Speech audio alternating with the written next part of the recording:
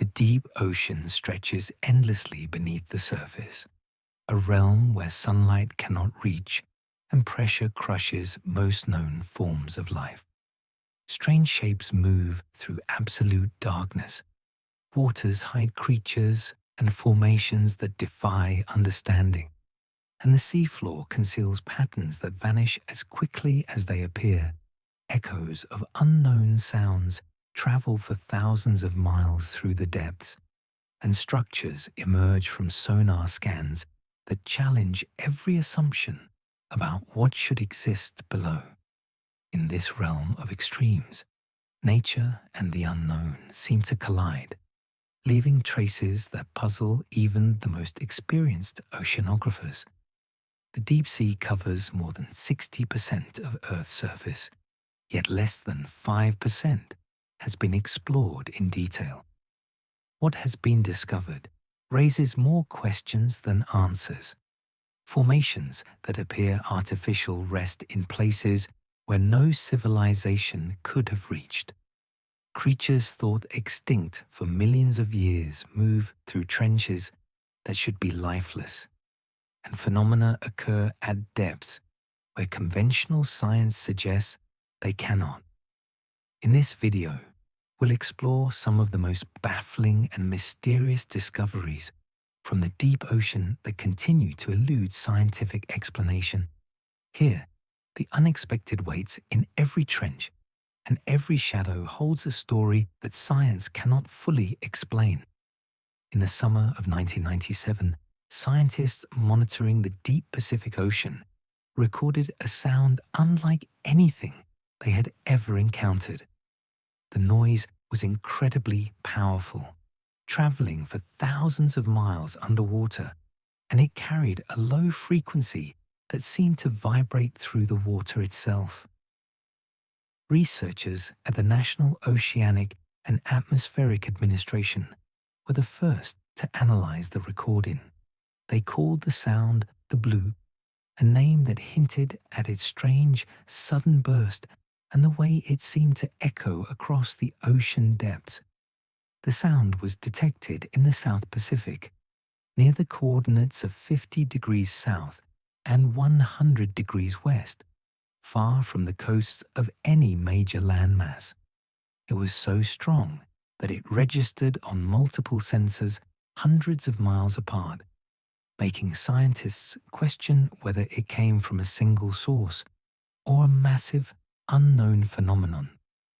The bloop's frequency suggested something immense, far larger than the blue whale, the largest creature known to inhabit the ocean. Unlike familiar whale calls, which vary in pitch and length, the bloop maintained a strange rhythmic consistency, rising and falling in a way that made researchers think it might come from something alive. Yet, unlike any species catalogued in scientific literature, no AA specialists ran endless comparisons against known animal sounds. They listened to recordings of whales, giant squids, and even the loud snaps of undersea ice cracking. Every possible match failed. Some researchers began to wonder if the bloop might be geological in origin, perhaps caused by ice quakes or shifting tectonic plates. Yet, the location of the recording did not match typical areas of ice activity, and the signal moved in a way inconsistent with a simple underwater fracture. Its sudden bursts and the distances over which it could be detected created an enigma that even the most experienced oceanographers could not explain. The bloop drew attention not just from scientists, but from the public and media. The mysterious nature of the sound led to speculation in newspapers, magazines, and early internet forums, where some suggested the sound might come from a massive, unknown sea creature.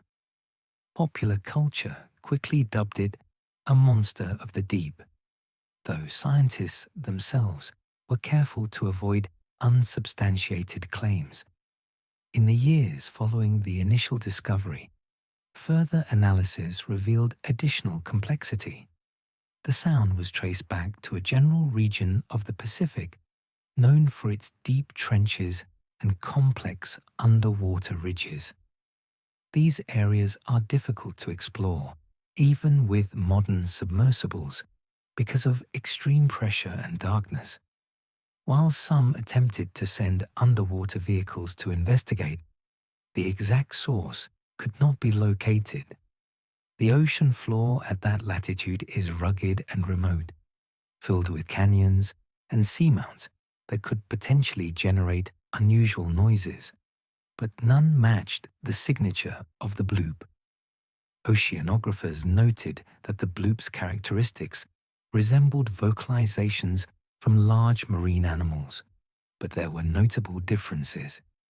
It had a lower pitch than the calls of the blue whale and a faster modulation than typical whale songs. Some experts suggested it might come from a species of giant squid, though no specimen has ever been found that could produce a sound so powerful. The ocean remains largely unexplored, and with nearly 80% still unmapped, it is possible that enormous, mysterious organisms still lurk in the darkness. Technological limitations also made it difficult to investigate. The hydrophones that recorded the bloop were part of a system designed to monitor undersea activity, mainly to detect earthquakes or submarine events. These instruments were sensitive to unusual vibrations, but could not reveal the exact source or nature of the sound. Even when multiple sensors picked up the noise, triangulating its origin proved challenging due to the way sound travels through varying temperatures and densities in the ocean. What makes the mystery even deeper is that similar sounds have been recorded in recent years. Between 2012 and 2018, research vessels operating in the South Pacific detected acoustic signatures that shared characteristics with the original bloop. These new recordings showed the same low-frequency pulses and unusual modulation patterns, yet each attempt to locate the source ended without success. Researchers from institutions including the Scripps Institution of Oceanography and Woods Hole Oceanographic Institution analyzed the newer data, comparing it against the 1997 recording. The similarities were undeniable, suggesting that whatever produced the original bloop may still be active. The sound still lingers as a reminder that much of the ocean remains unknown, and perhaps something vast still waits in the dark.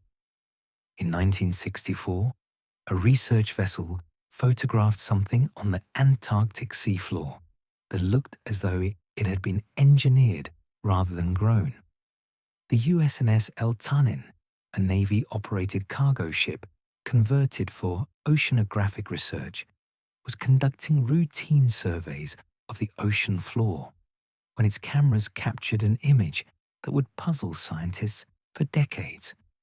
At a depth of approximately 2.5 miles, the photograph showed a symmetrical structure rising vertically from the sediment, its branches extending outward in a radial pattern that suggested deliberate design. The structure appeared to be about 2 feet tall, with nodes positioned at regular intervals along its central axis. From these nodes, smaller branches extended in near-perfect symmetry, creating a shape that resembled a television antenna or a carefully arranged piece of coral. The photograph was clear enough to show fine details, yet ambiguous enough to spark immediate debate. Researchers at Woods Hole Oceanographic Institution and the Scripps Institution of Oceanography examined the image repeatedly, trying to determine whether they were looking at a biological organism, a mineral formation, or something else entirely. The location added to the mystery. The Antarctic seafloor at that depth is a harsh environment, with near freezing temperatures, immense pressure, and limited food sources. Few organisms thrive in such conditions, and those that do rarely exhibit the kind of structural regularity seen in the photograph. The sediment around the base of the structure appeared undisturbed, suggesting that whatever it was had been in place for a significant period. No other objects were visible in the frame, making it impossible to gauge scale with certainty or to compare it to nearby formations. Some scientists propose that the structure might be a type of deep-sea sponge, specifically Cladorhiza concrescens, a species known for its branching form. These sponges anchor themselves to the seafloor and extend upward to filter nutrients from passing currents. The theory seemed plausible at first, as the general shape matched certain sponge species documented in Antarctic waters. Yet, the symmetry of the Eltanin structure was far more precise than any known sponge. Biological organisms, even those with regular patterns, typically show variations and imperfections caused by environmental factors and growth irregularities. The photographed object displayed a level of uniformity that seemed inconsistent with natural biological development. Others argued that the structure could be a mineral deposit shaped by underwater currents or chemical processes. Certain minerals can crystallize in regular patterns, and hydrothermal activity might create formations with geometric properties. However, the location of the Eltanin discovery did not match known areas of hydrothermal venting, and the structure's upright orientation seemed unlikely for a mineral formation shaped by currents. Sediment deposition and erosion typically create horizontal layers or irregular mounds, not vertical branching structures.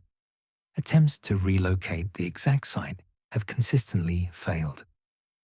The Eltanin's navigation equipment in 1964 was less precise than modern systems, and the coordinates recorded during the survey provide only a general area of the seafloor, spanning several square miles. Subsequent expeditions to the Antarctic region have searched for similar structures, but none have been found. The single photograph remains the only evidence that the formation ever existed, leading some to question whether it was a unique anomaly, or whether such structures are more common, but simply difficult to locate in the vast darkness of the deep ocean. The image itself has been analyzed extensively using modern photographic techniques. Experts have examined the lighting, shadows, and grain structure to rule out any possibility of a hoax or camera artifact.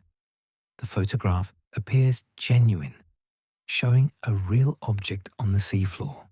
Yet without additional images or physical samples, definitive identification remains impossible. The structure could have been dislodged by currents, buried by sediment, or consumed by deep-sea organisms in the decades since it was photographed. Marine biologists note that deep-sea ecosystems are still poorly understood.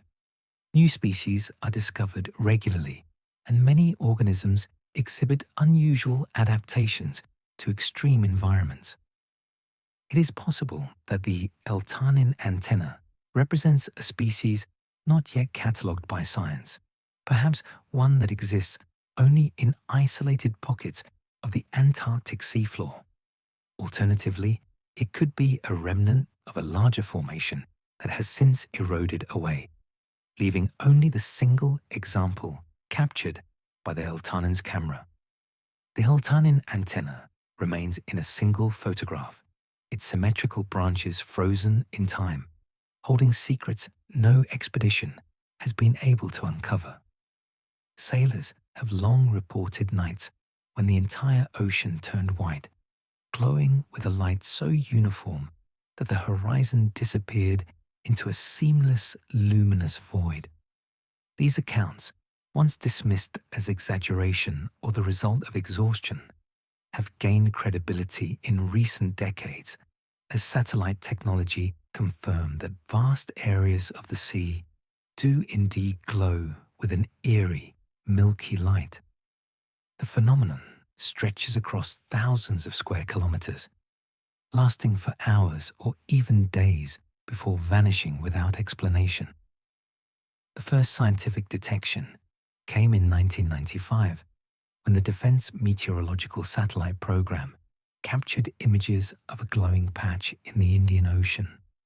The luminous area covered approximately 15,000 square kilometers, roughly the size of Connecticut. Researchers at the Naval Research Laboratory analyzed the data, confirming that the light was not a reflection or atmospheric effect, but originated from the water itself. The glow was steady and uniform, unlike the sporadic flashes typically associated with bioluminescent organisms disturbed by movement. Historical maritime records contain numerous descriptions of the Milky Sea phenomenon. In 1854, the captain of a British merchant vessel wrote of sailing through waters that glowed as though the ship moved across a field of snow lit from within. Similar accounts appeared throughout the 19th and early 20th centuries, often from ships crossing the Indian Ocean or the Arabian Sea.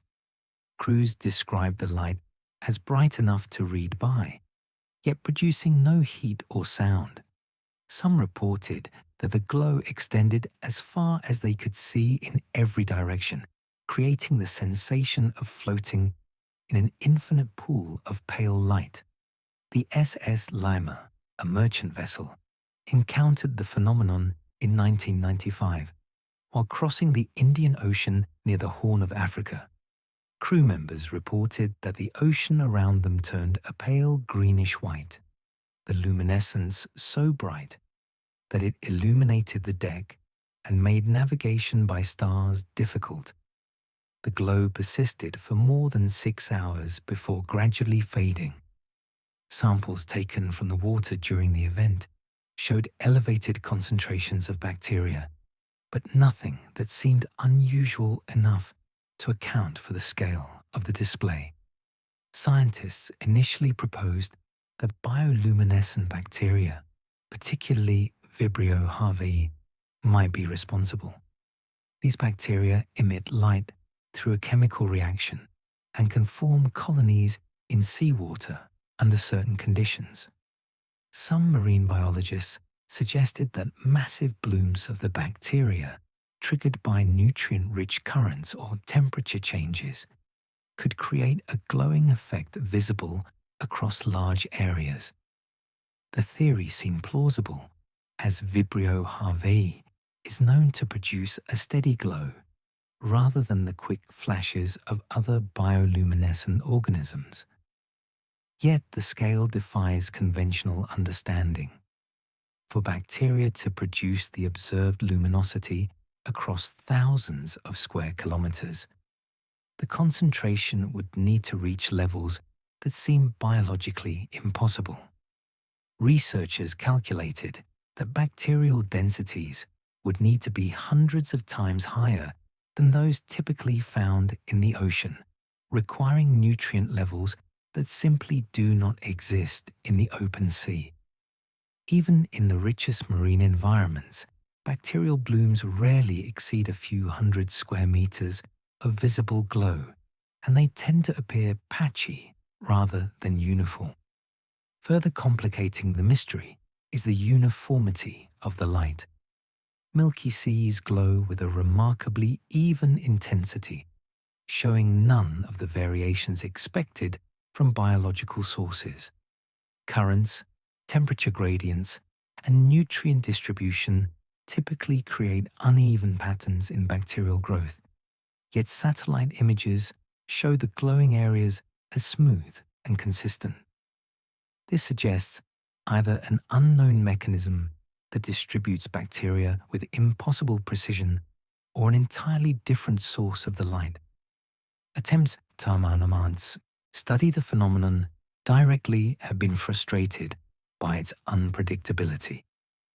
Milky seas appear suddenly, often in remote parts of the ocean far from research vessels. By the time a ship can reach the reported location, the glow has usually disappeared. Even with satellite monitoring, predicting when and where the next occurrence will happen has proven impossible. Researchers at the National Oceanic and Atmospheric Administration have analyzed decades of satellite data, identifying only a handful of confirmed Milky Sea events. Each one appears in a different location, with no discernible pattern connecting them. Some oceanographers have proposed alternative explanations. One theory suggests that the glow might result from chemical reactions between seawater and rare minerals suspended in the water column. Another posits that undersea volcanic activity could release compounds that react with dissolved oxygen to produce light. Yet analysis of water samples from Milky Sea events shows no unusual mineral content or volcanic compounds. The chemistry of the water appears normal, aside from slightly elevated bacterial counts that cannot fully account for the observed luminosity.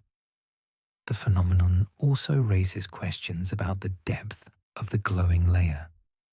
Sailors report that the light appears to come from the surface, yet some accounts describe seeing the glow extend downward into the water when viewed from the deck of a ship. If the light originates from bacteria, it should be concentrated near the surface, where nutrients and oxygen are most abundant. However, no one has successfully measured the depth of the luminous layer during an active Milky Sea event. The few attempts to deploy underwater sensors arrived too late, finding only dark water where the glow had been hours before. Adding to the enigma are reports of marine life behavior during Milky Sea events. Some sailors have noted that fish and dolphins seem to avoid the glowing areas, swimming around the edges rather than through the luminous water. Others report no change in animal behavior at all. This inconsistency makes it difficult to determine whether the phenomenon poses any danger to marine organisms or simply represents a harmless light display. The lack of comprehensive biological surveys during events leaves these questions unresolved. The Milky Seas continue to appear without warning, transforming vast stretches of ocean into glowing plains that vanish before science can reach them. The Yonaguni Monument. Off the coast of Yonaguni Island in Japan, divers discovered a massive rock structure that looks as though it was carved by tools rather than shaped by waves. The formation rises from the seafloor in a series of terraces, flat platforms, and right angles that suggest architectural intent. Since its discovery in 1987 by dive tour operator Kihachiro Aratake, the Yonaguni Monument has sparked intense debate among geologists, archaeologists, and marine scientists about whether it represents a natural formation or the remnants of an ancient civilization. The structure lies at depths ranging from 5 to 40 meters, extending across an area roughly the size of 2 football fields. Its most striking feature is a series of massive stone blocks arranged in steps, resembling a ziggurat or pyramid. Flat surfaces span tens of meters with remarkably uniform elevation, and corners meet at precise 90-degree angles. Channels and trenches run through the rock in straight lines, and what appear to be carved pillars stand upright at various points across the formation. The overall impression is one of deliberate construction, though no mortar, tool marks, or other clear evidence of human activity has been definitively identified. Geological surveys conducted by the University of Tokyo's Marine Science Department found that the monument consists of sandstone, a sedimentary rock that forms in horizontal layers over millions of years. Sandstone naturally fractures along bedding planes and joints, sometimes creating angular shapes and flat surfaces. Some geologists argue that the Yonaguni structure is simply an example of natural jointing taken to an unusual extreme by wave action, earthquakes, and erosion over thousands of years. They point to similar formations elsewhere in the world where sandstone has broken into geometric patterns without human intervention. Professor Masaki Kimura of Ryukyu University has studied the monument extensively and argues strongly for an artificial origin. He notes features that seem inconsistent with natural processes, including what appear to be tool marks on certain surfaces, the presence of stones that look deliberately placed rather than naturally fallen, and the overall layout of the structure, which he interprets as resembling a castle or temple complex. Kimura has documented stairs, roads, and even what he believes to be carved symbols, though these interpretations remain controversial and disputed by other researchers. Robert Schoch, a geologist from Boston University who examined the site in 1997, concluded that the monument is primarily natural. He observed that the right angles and flat surfaces could be explained by the natural fracturing patterns of sandstone combined with wave erosion. Schoch noted that while some features appear unusual, none definitively require human intervention to explain. He suggested that if humans did interact with the structure, it was likely limited to minor modifications of an already existing natural formation, rather than the construction of the entire monument from scratch. The dating of the structure adds another layer of uncertainty. If the formation is natural, it could be millions of years old, dating back to when the sandstone was first deposited and later uplifted. If it is artificial, the question becomes when it was submerged. Sea levels in the region have fluctuated significantly over the past 20,000 years due to ice age cycles. The monument would have been above water approximately 10,000 years ago, during the last glacial maximum. This timeline places any potential human construction before most known advanced civilizations in the region, raising questions about who could have built such a structure and why no other evidence of their existence has been found. Marine archaeologists note that the absence of artifacts is significant. No pottery shards, tools, bones, or other remains typically associated with human habitation have been recovered from the site despite numerous dives and surveys. If the monument were a temple, castle, or city, one would expect to find some trace of the people who built or used it. The complete absence of such evidence suggests either that the structure is natural or that any artifacts have been swept away by currents over thousands of years.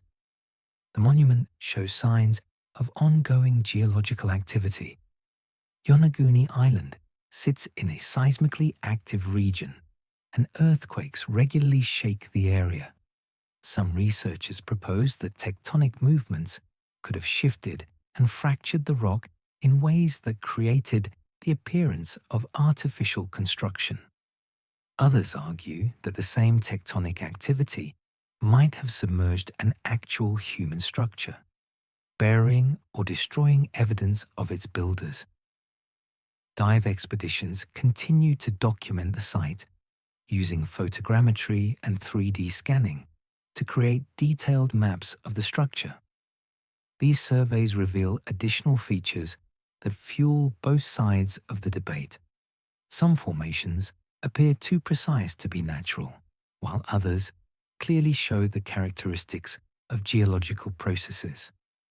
The question of whether humans played any role in shaping the Yonaguni Monument remains unresolved, with each new examination adding details but no definitive answers. The Yonaguni Monument continues to divide researchers, its angular features suggesting both natural processes and human hands, refusing to reveal which force truly shaped it. The Baltic Sea Anomaly. In 2011, a Swedish treasure hunting team searching the Baltic Sea floor encountered a formation that resembled nothing in their experience. The Ocean X team, led by divers Peter Lindberg and Dennis Osberg, was using side-scan sonar to search for valuable shipwrecks when their equipment detected an unusual object resting on the seabed between Sweden and Finland. The sonar image showed a circular, disc-shaped formation, approximately 60 meters in diameter, sitting at a depth of roughly 90 meters. What made the discovery remarkable was not just the object's size, but its apparently geometric shape and the features surrounding it. The sonar image revealed what appeared to be a perfectly round disc with a flat top and a structure extending from one side that resembled a ramp or staircase, leading up to the main formation. The object sat at the end of a long track or drag mark that stretched across the seafloor for several hundred meters, as though something massive had been pulled or had moved through the sediment. The team returned in June 2012 to investigate further, conducting a series of dives to examine the formation directly and take samples for analysis. Divers who reached the object described it as composed of unusual stone, covered in a thin layer of soot-like material. They reported surfaces that felt unnaturally smooth in some areas, with what appeared to be straight edges and right angles. Some team members claimed their electrical equipment malfunctioned when they approached the object, with satellite phones, cameras, and other devices losing power or functionality within a certain radius of the formation. These reports added to the mystery, suggesting that the object might emit some form of electromagnetic interference. Samples brought back from the site were analyzed by Swedish geologists, including volcanologist Göran Ekberg. The material was identified as a type of basalt, volcanic rock that can form in various shapes depending on how it cools. Ekberg noted that the rock showed signs of having been subjected to intense heat, possibly from volcanic activity or even burning.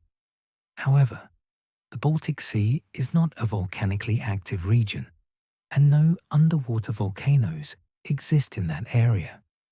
The presence of volcanic rock in a geologically stable zone raised questions about the formation's origin.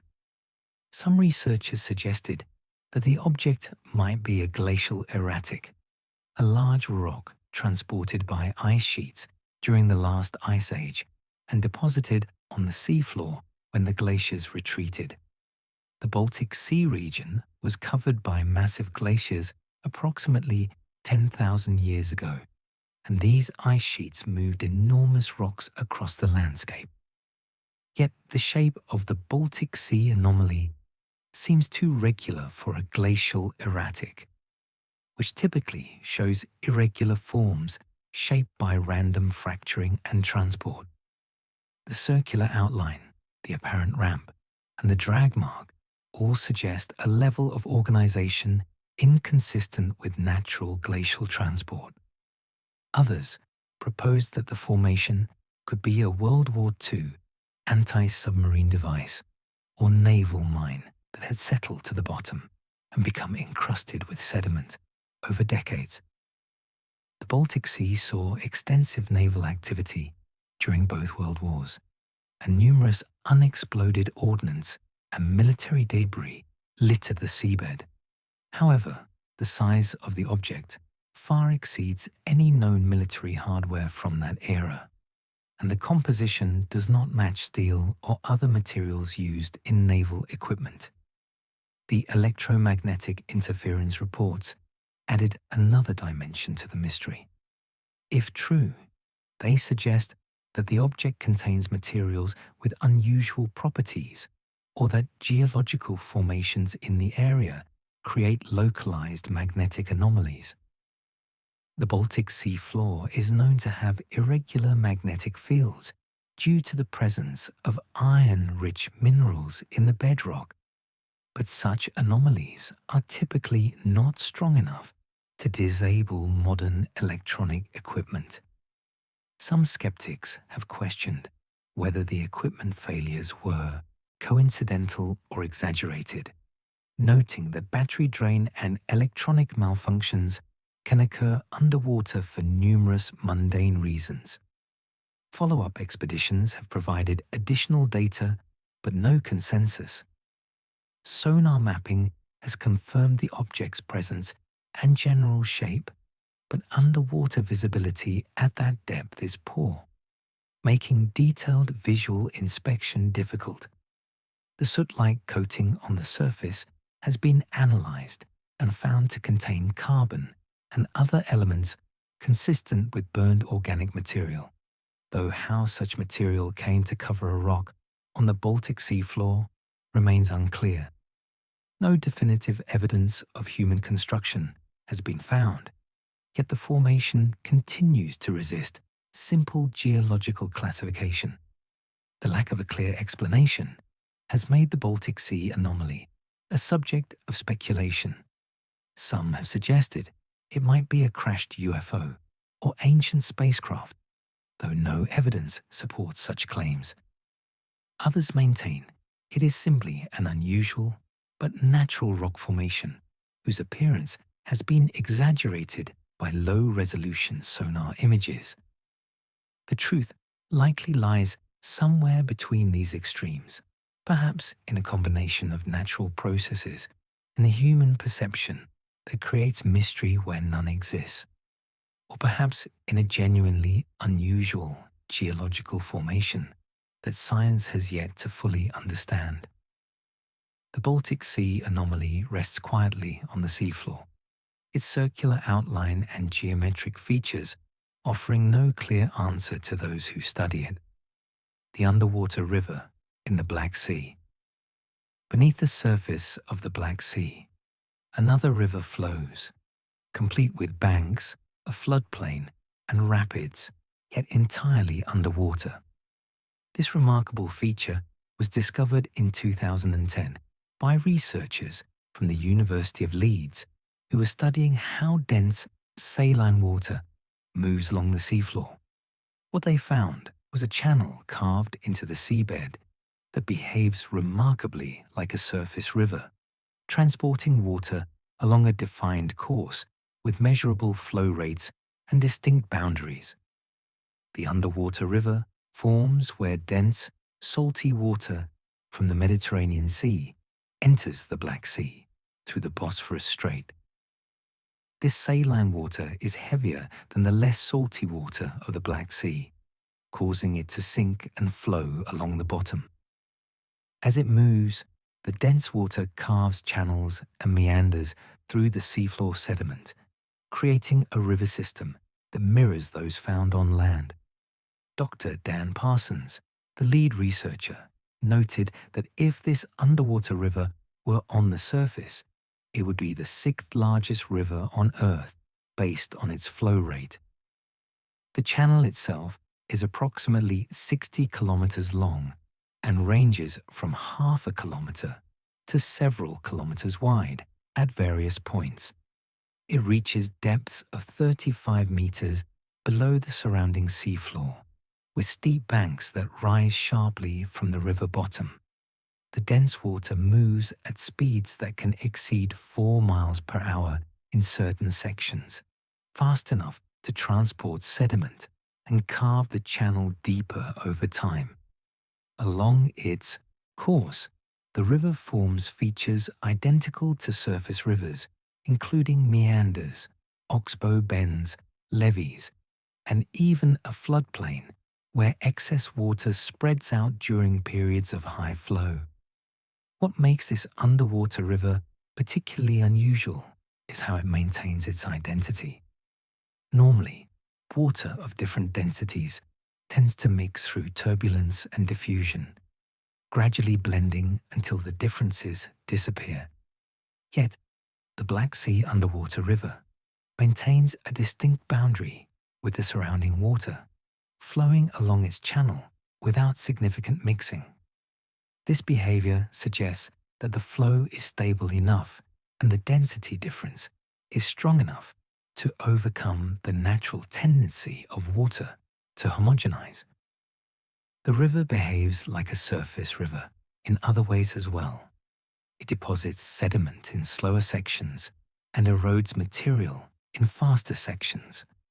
Scientists have observed that the channel changes shape over time, with the river cutting new paths and abandoning old ones.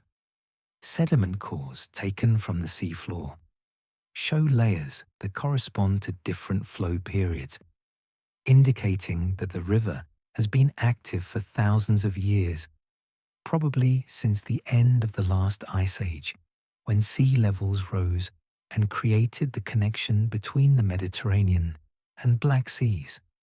The discovery has implications beyond the Black Sea. If dense saline water can create river-like structures on the seafloor, similar features might exist in other parts of the ocean.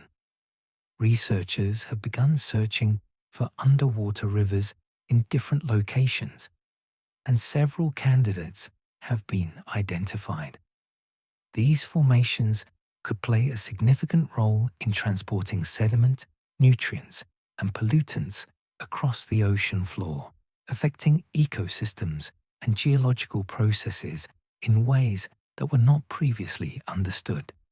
Even with detailed mapping and flow measurements, questions remain about the long-term stability of the underwater river. Climate change is affecting the salinity and temperature of both the Mediterranean and Black Seas, potentially altering the density differences that drive the river.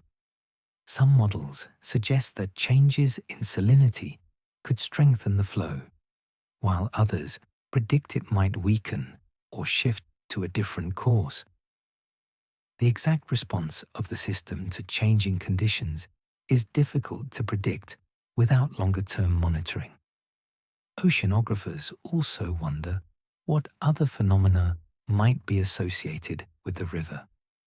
Strong bottom currents can affect local marine life, concentrating nutrients in some areas while depleting them in others.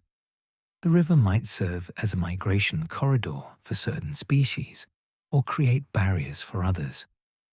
No comprehensive biological survey of the river has been conducted, leaving questions about how it influences the ecosystem along its course. The underwater river continues its silent course through the Black Sea, carving channels in darkness that mirror the rivers above. The Mariana Trench sounds.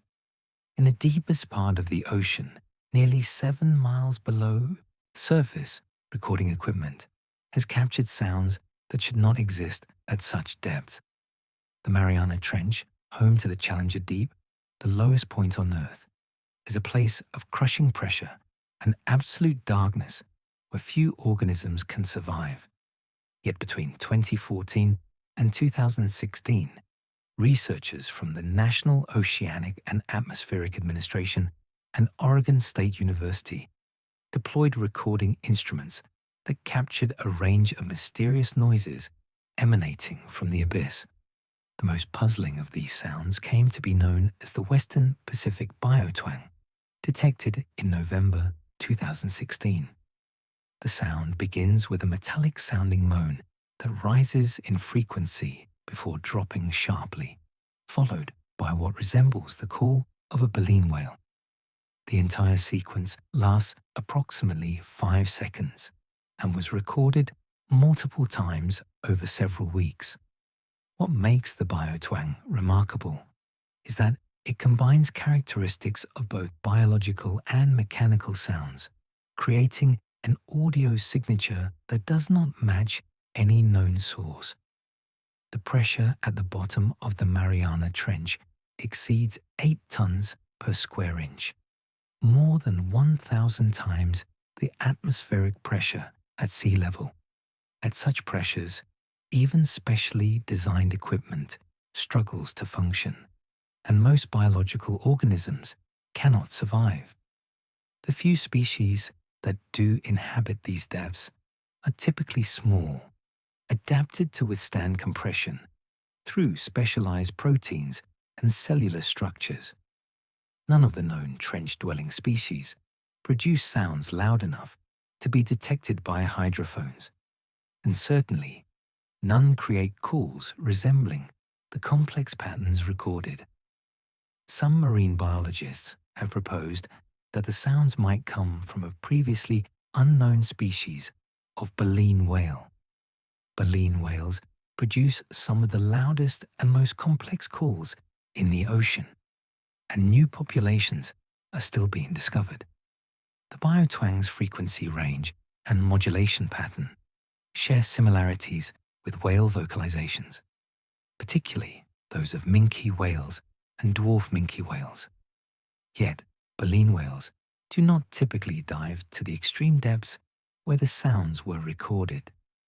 Their physiology is adapted for shallower waters where they feed on krill and small fish. For a baleen whale to produce sounds from the Mariana Trench, it would need to dive far deeper than any recorded dive, enduring pressures that would normally collapse its lungs and organs. Others have suggested that the sounds might originate from geological activity. The Mariana Trench is formed by the collision of tectonic plates and earthquakes, volcanic activity, and the movement of molten rock beneath the seafloor all generate noise.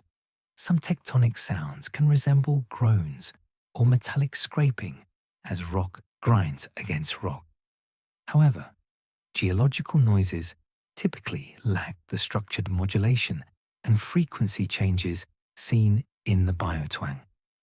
They tend to be more random and chaotic, without the clear beginning, middle, and end that characterize the recorded sounds. A third possibility involves man-made noise propagating through the ocean from distant sources. Ships, submarines, and industrial activity all generate low-frequency sounds that can travel thousands of miles underwater.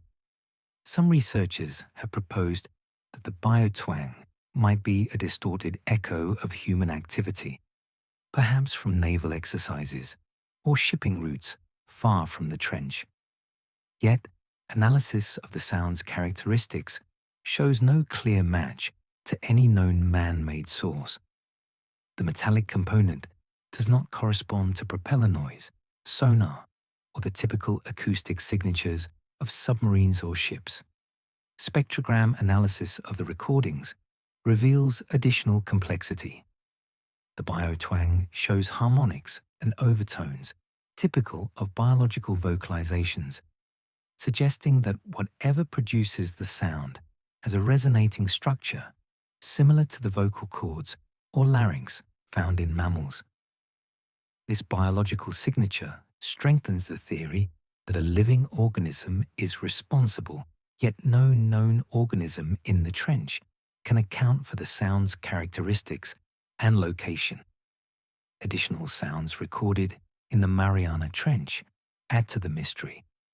Researchers have detected low moans, metallic clangs, and a variety of other noises that defy easy classification. Some sounds appear only once, while others repeat at irregular intervals. The diversity of acoustic signatures suggests that multiple phenomena might be at work, perhaps involving both geological and biological sources. Without the ability to observe the trench directly during sound production, determining the exact causes remains speculative. The extreme depth and remote location of the Mariana Trench make direct observation nearly impossible. Submersibles capable of reaching such depths are rare and expensive to operate. Even when they do descend, the area they can explore is limited, and the chances of encountering the source of a transient sound are minimal. The trench covers an area larger than many countries, and the sounds could originate from anywhere within that vast expanse. The sounds from the Mariana Trench continue to echo through recording equipment, their source hidden in crushing darkness that few instruments can survive. The Bermuda Triangle underwater formations. Sonar scans of the seafloor beneath the Bermuda Triangle have revealed pyramidal structures larger than any built in Egypt, resting in waters where conventional geology suggests they should not exist.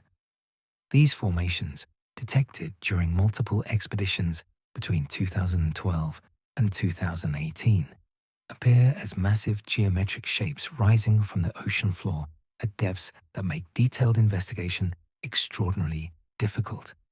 The discoveries have reignited interest in a region already famous for unexplained disappearances and unusual phenomena. The structures were first noted during deep-sea mapping surveys conducted by research vessels using advanced sonar technology. The pyramidal formations appeared to rise several hundred meters from the seafloor, with bases that span hundreds of meters across. Sonar images show remarkably smooth surfaces and angular edges that resemble constructed pyramids more than natural underwater mountains. Some formations appear in isolation, while others cluster together in groups that suggest intentional placement rather than random geological processes. One particularly striking feature is the apparent smoothness of the surfaces. Natural underwater formations are typically rough and irregular, shaped by millions of years of sedimentation, erosion, and biological activity. Yet the sonar returns from these structures show relatively uniform slopes and flat plains.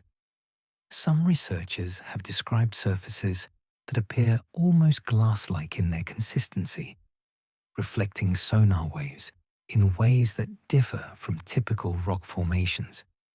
This unusual reflectivity has led to speculation about the composition of the structures, with some suggesting they might be made of crystalline materials or even artificial substances.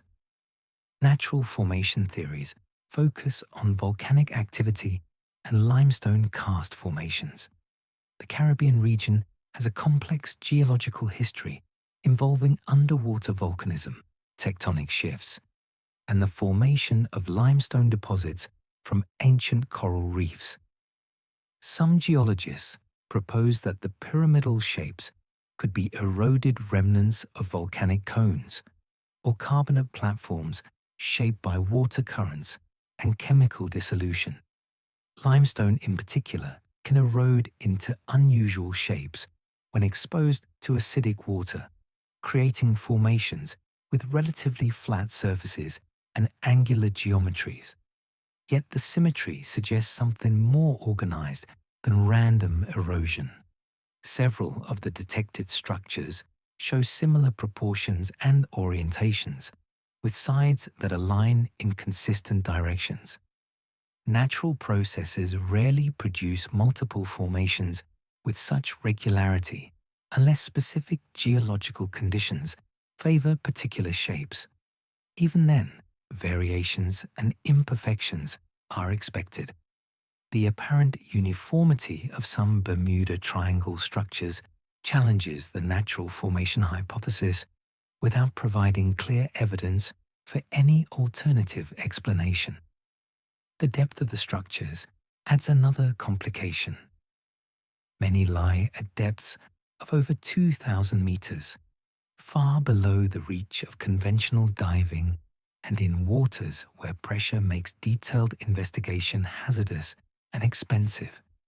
Remotely operated vehicles can explore these depths, but poor visibility, strong currents, and technical limitations restrict what can be observed. Most data comes from sonar scans, which provide outlines and general shapes, but lack the resolution to show fine details like surface texture, material composition, or the presence of any markings or patterns. Additional geometric formations have been reported in the area, including what appear to be rectangular structures and perfect circles on the seafloor. Some sonar images show linear arrangements of objects that resemble walls or roads, though without direct visual confirmation. Interpreting these patterns remains speculative. The Bermuda Triangle seafloor is not uniform. It includes trenches, ridges, plateaus, and basins created by tectonic activity and sediment deposition. Distinguishing between natural geological features and potential anomalies requires careful analysis and, ideally, direct sampling. Reports of crystal or glass-like composition have circulated, but remain unverified. Some expedition teams have claimed that samples showed unusual material properties, but peer-reviewed publications confirming these findings are absent. Without verified samples analyzed by independent laboratories, claims about the structure's composition must be treated with caution. The difficulty of obtaining samples from such depths means that speculation often outpaces solid evidence. The technological limitations preventing detailed study are significant. The Bermuda Triangle seafloor spans thousands of square miles, much of it poorly mapped. High-resolution surveys are expensive and time-consuming, requiring specialized equipment and ships. Budget constraints mean that only small portions of the area have been examined in detail, leaving vast sections unexplored. The structures detected so far might represent a tiny fraction of what exists, or they might be isolated anomalies in an otherwise unremarkable underwater landscape. The formations beneath the Bermuda Triangle remain unmapped in detail, their shapes suggesting order in a place where chaos has long been expected. The Bimini Road. Near the Bahamas island of Bimini, rectangular stones lie arranged in straight lines beneath shallow waters, forming what appears to be an ancient road leading nowhere. The formation, discovered in 1968 by divers including archaeologist J. Manson Valentine, consists of a linear arrangement of limestone blocks extending approximately half a mile along the seafloor. The blocks are roughly rectangular, similar in size, and aligned with such precision that they resemble pavement or a constructed pathway.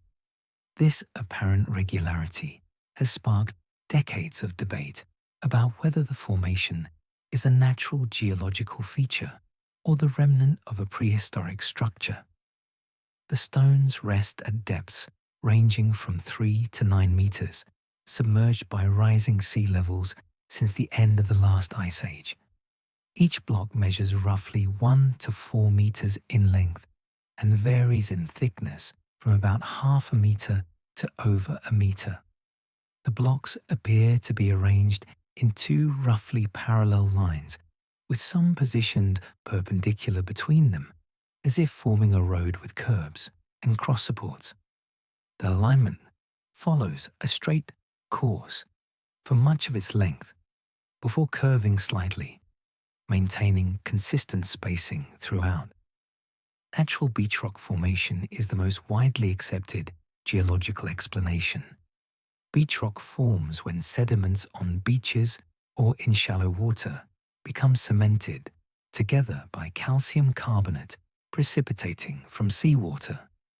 The process creates solid rock layers that can fracture along natural lines as they are exposed to waves and currents. Over time, rectangular blocks can break away from the parent formation and settle in patterns that appear organized.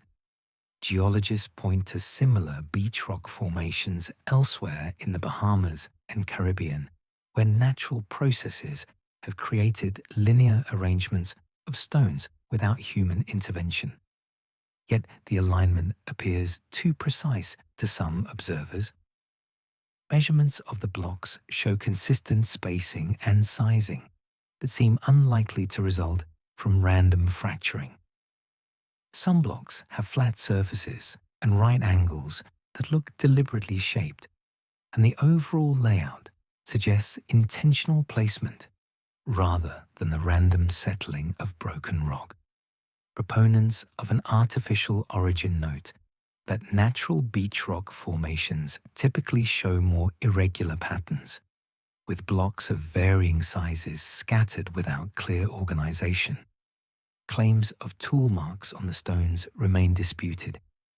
Some researchers have reported seeing grooves and indentations that resemble cut marks made by human tools. Others who have examined the same blocks see only natural weathering and erosion patterns. Underwater photography has captured images that both support and contradict the toolmark claims, depending on lighting and perspective. Without consensus among experts who have directly examined the stones, the presence of toolmarks remains an open question. Dating the formation has proven difficult. If the stones are beach rock, they formed relatively recently in geological terms, probably within the last few thousand years as sea levels stabilized after the Ice Age. If they were shaped by humans, the construction must have occurred before the area was submerged, placing it roughly 8 to 10,000 years ago. This timeline predates most known advanced civilizations in the Americas by thousands of years. The Lucayan people, the first known inhabitants of the Bahamas, arrived only about 1,500 years ago, far too recently to have built a structure that would have been underwater for millennia before their arrival. The lack of other nearby structures complicates the artificial origin theory.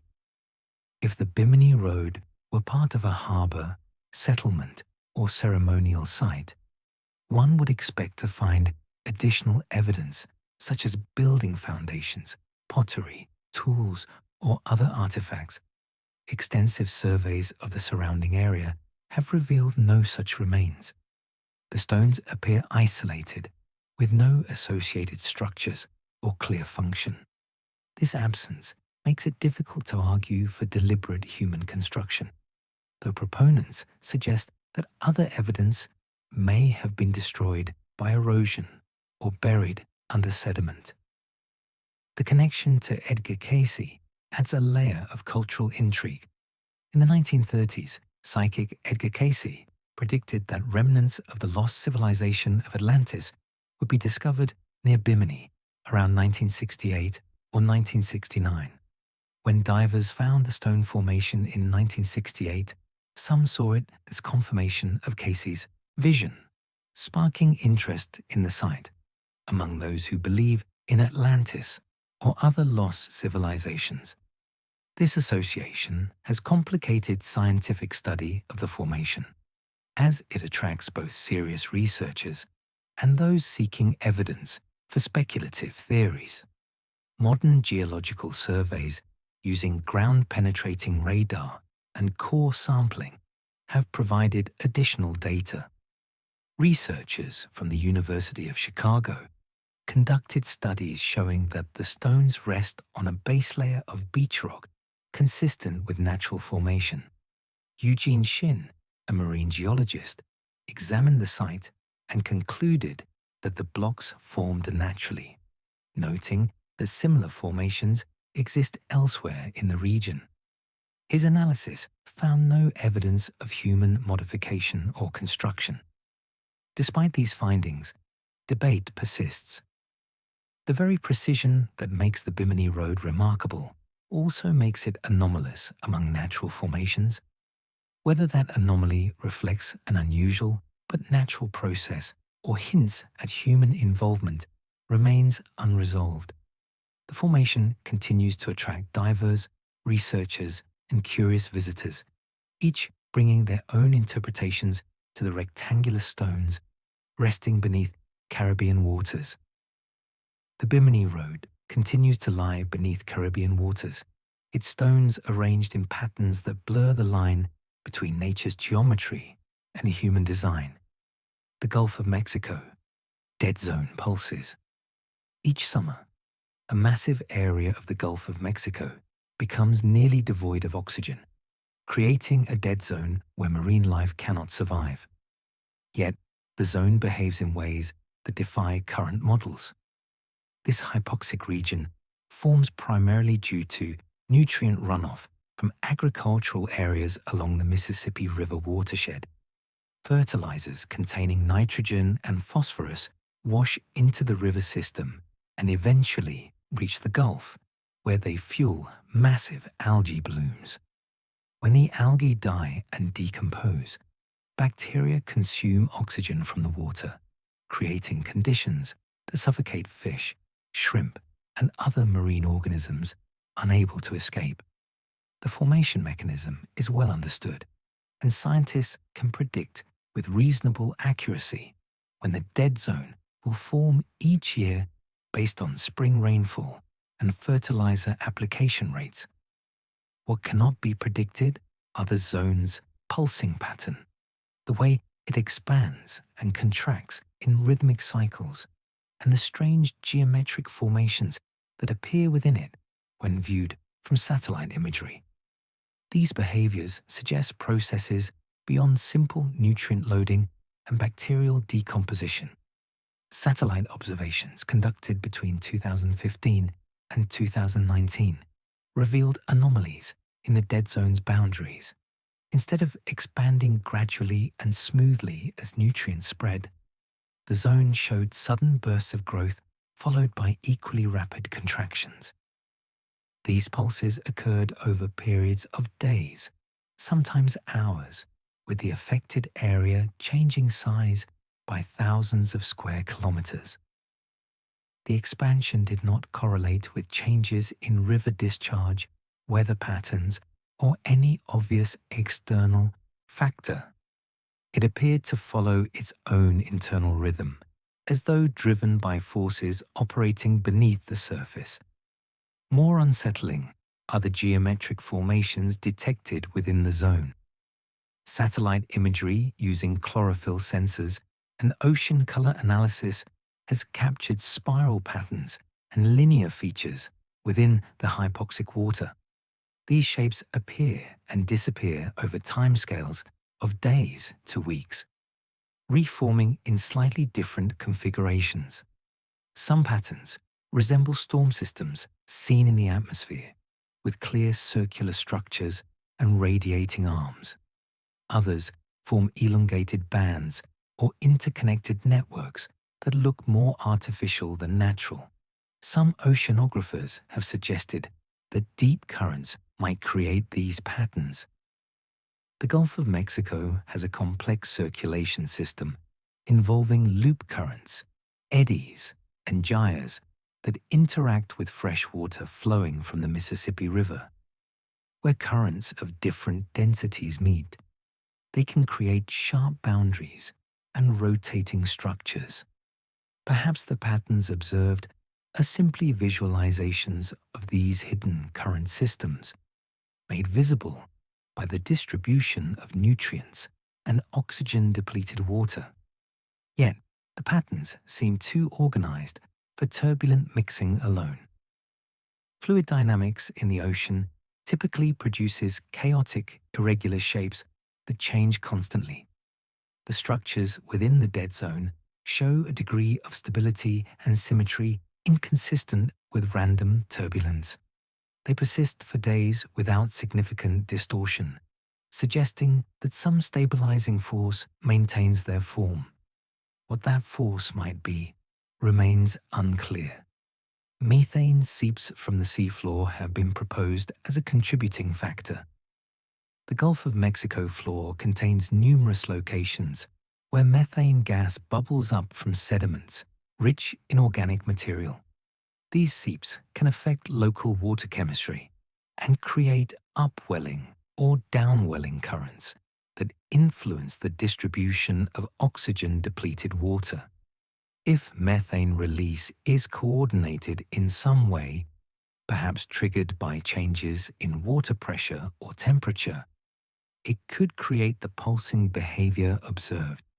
However, no correlation has been established between known seep locations and the patterns detected in the dead zone.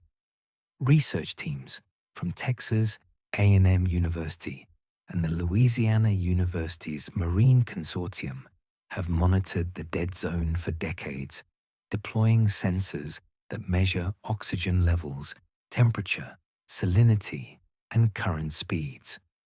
Despite this extensive data collection, the pulsing pattern and geometric formations remain poorly explained. Models that accurately predict the zone's overall size consistently fail to predict its dynamic behavior. Each summer brings new surprises as the hypoxic region exhibits behaviors that modeling cannot anticipate. The ecological impact of these unexplained dynamics is significant. Marine organisms living near the dead zone must constantly adjust to shifting boundaries. Shrimp and fish populations migrate to avoid hypoxic water, and their movements influence fishing yields and ecosystem structure. Understanding why the zone pulses and forms patterns could help predict where marine life will concentrate, improving both conservation efforts and commercial fishing strategies. Climate change adds additional complexity. Rising temperatures affect both the formation of algae blooms and the rate at which bacteria consume oxygen. Warmer water holds less dissolved oxygen to begin with, making it easier for hypoxic conditions to develop. Changes in precipitation patterns alter the timing and volume of nutrient runoff into the Gulf. These factors mean that the dead zone's behavior may shift in unpredictable ways, potentially making the pulsing more pronounced or creating entirely new patterns. The dead zone continues to pulse through the Gulf waters each year, its boundaries shifting in patterns that models cannot predict. I'll continue with the remaining segments to reach the 20,000-word target. Let me proceed with Mystery Segment 11, the underwater crop circles of Japan. On the seafloor near Japan's Amami Oshima Island, divers discovered elaborate circular patterns carved into sand with a geometric precision that seemed impossible for any marine creature.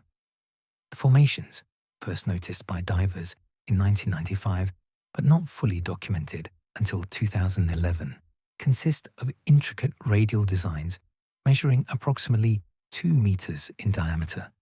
Each circle features a central hub from which ridges and valleys extend outward in perfect symmetry, creating patterns that resemble mandalas or complex geometric art.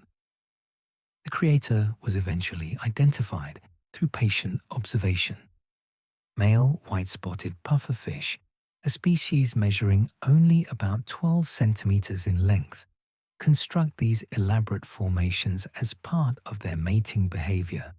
Using only their fins, the fish swim in circular patterns for days, pushing sand into ridges and smoothing valleys with remarkable consistency.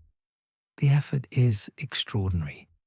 A fish smaller than a human hand creates structures 16 times its body length, with mathematical precision that human artists might struggle to replicate. Yoji Ukata, an underwater photographer who first brought widespread attention to the formations in 2011, spent years documenting the pufferfish behavior. His images showed the tiny fish working tirelessly to construct and maintain the circles, returning repeatedly to perfect the geometry. The patterns serve to attract females. The ridges may create areas of slower water flow, where eggs can be safely deposited and protected from strong currents.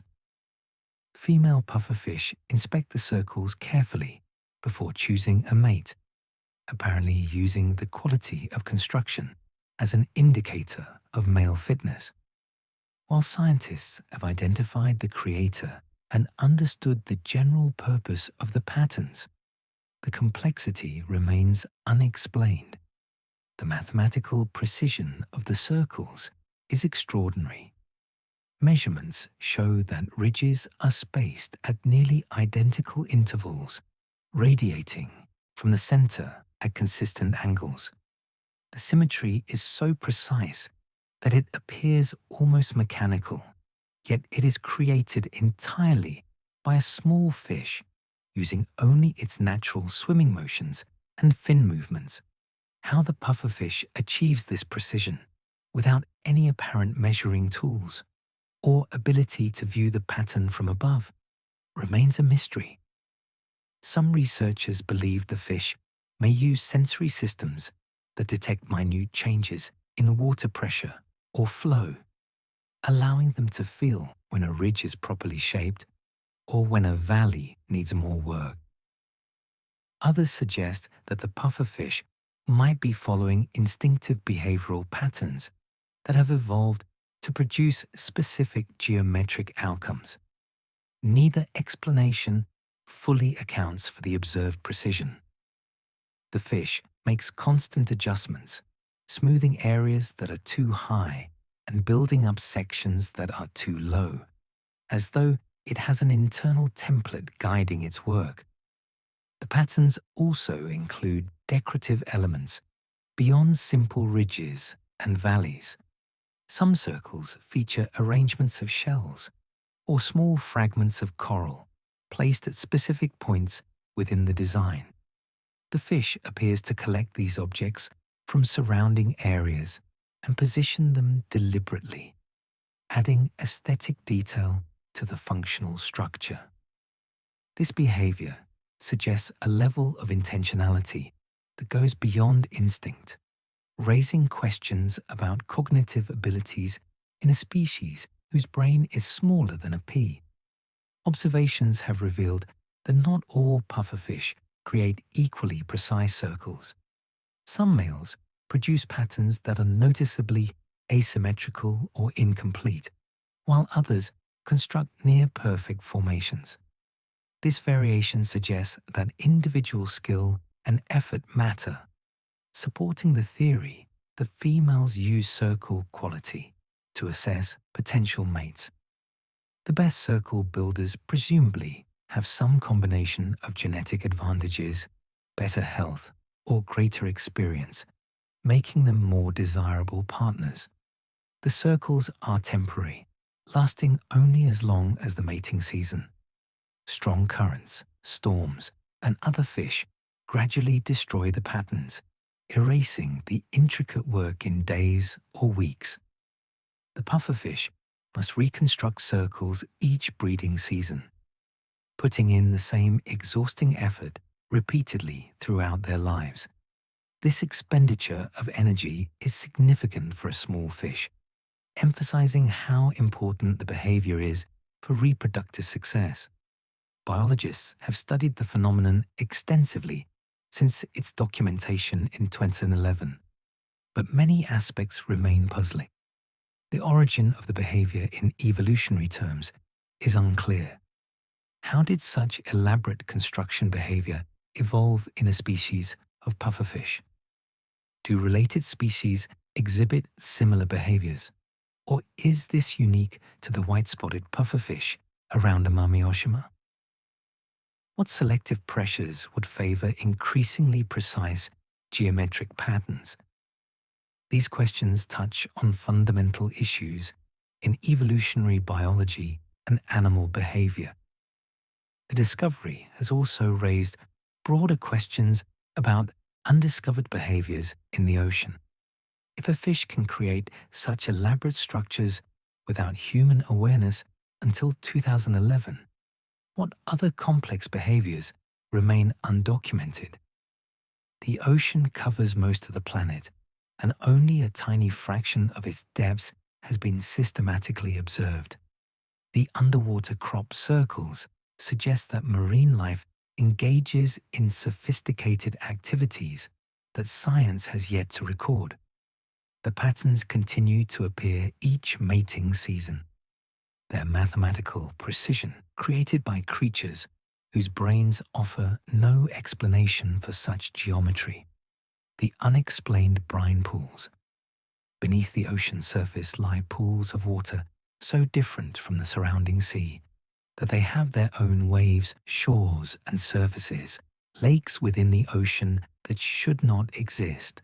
These brine pools form when salt deposits buried beneath the seafloor dissolve, creating pockets of hypersaline water that are denser than normal seawater. The density difference prevents the brine from mixing with the surrounding ocean, allowing it to collect in depressions on the seafloor, like liquid pooling in a basin. The result is an underwater lake with a distinct boundary, complete with a visible surface where brine meets seawater. The most studied brine pools are found in the Gulf of Mexico and the Mediterranean Sea, resting at depths ranging from several hundred to over 1,000 meters. One of the most famous is the Jacuzzi of Despair, discovered in 2014 by a team led by Eric Cordes from Temple University. The pool sits approximately 3,000 feet below the surface in the Gulf of Mexico, spanning an area roughly the size of a large swimming pool. The brine is approximately 5 times saltier than normal seawater and contains high concentrations of dissolved methane and hydrogen sulfide, making it toxic to most marine life. What makes these pools particularly mysterious are the geometric formations surrounding some of them. Rather than showing the irregular outlines expected from natural dissolution and pooling, certain brine pools have remarkably straight edges and angular shapes. Some appear circular, with well-defined boundaries, while others form elongated ovals or even rectangular shapes. These regularities suggest that factors beyond simple gravity and fluid dynamics might influence how the pools form and maintain their shapes. Life exists at the edges of these toxic lakes, but informs the challenge, understanding. Extremophile bacteria and archaea cluster along the margins where brine meets seawater, thriving in conditions that would kill ordinary organisms. These microbes derive energy from chemosynthesis, using the methane and sulfur compounds in the brine to fuel their metabolism instead of relying on photosynthesis like most life on Earth. Mats of these microorganisms create bizarre living carpets around the pools, some several centimeters thick, pulsing with metabolic activity. Larger animals sometimes wander into the brine with fatal results. Crabs, fish, and other creatures that stray across the boundary quickly succumb to the toxic water, their bodies preserved by the high salinity. These victims accumulate around the pools, creating eerie graveyards that persist for years. The preservation is so complete that researchers can examine organisms that died decades ago, their tissues intact and identifiable.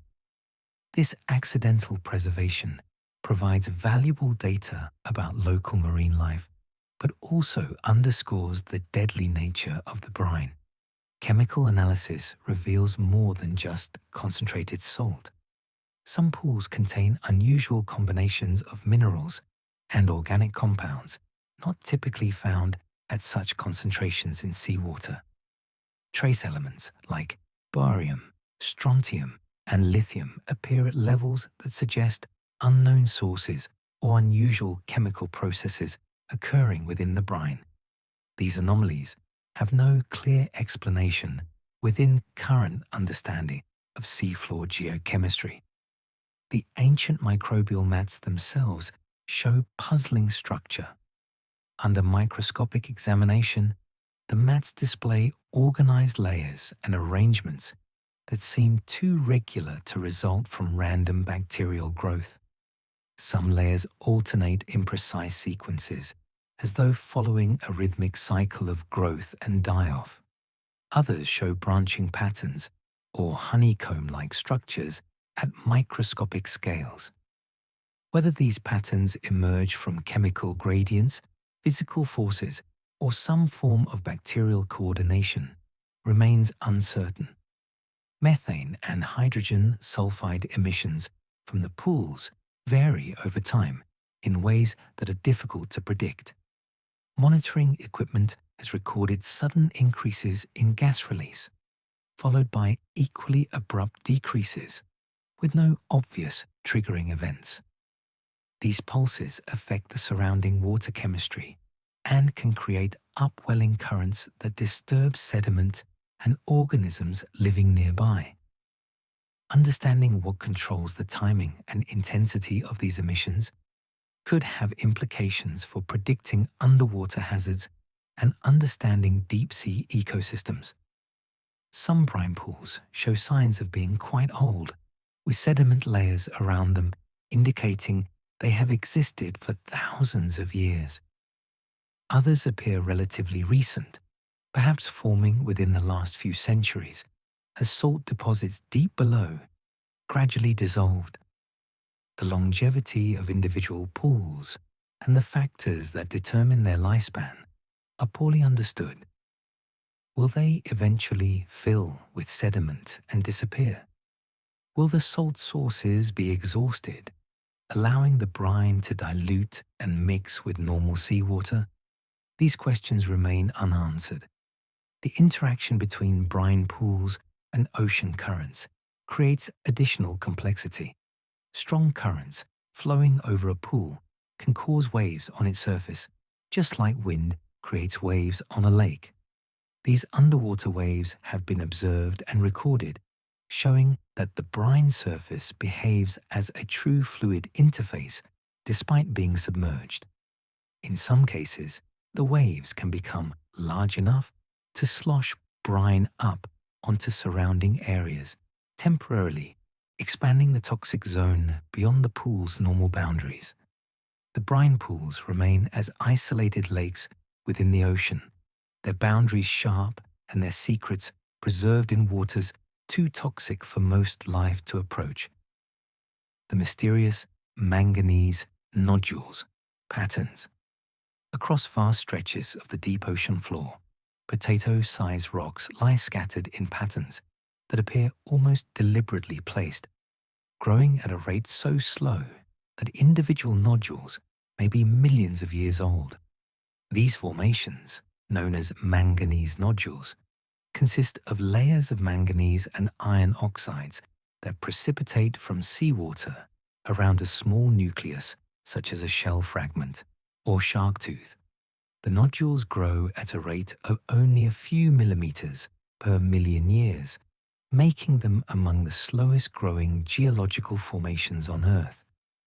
What makes them mysterious is not their composition or formation process, both relatively well understood, but the patterns in which they arrange themselves across the abyssal plains.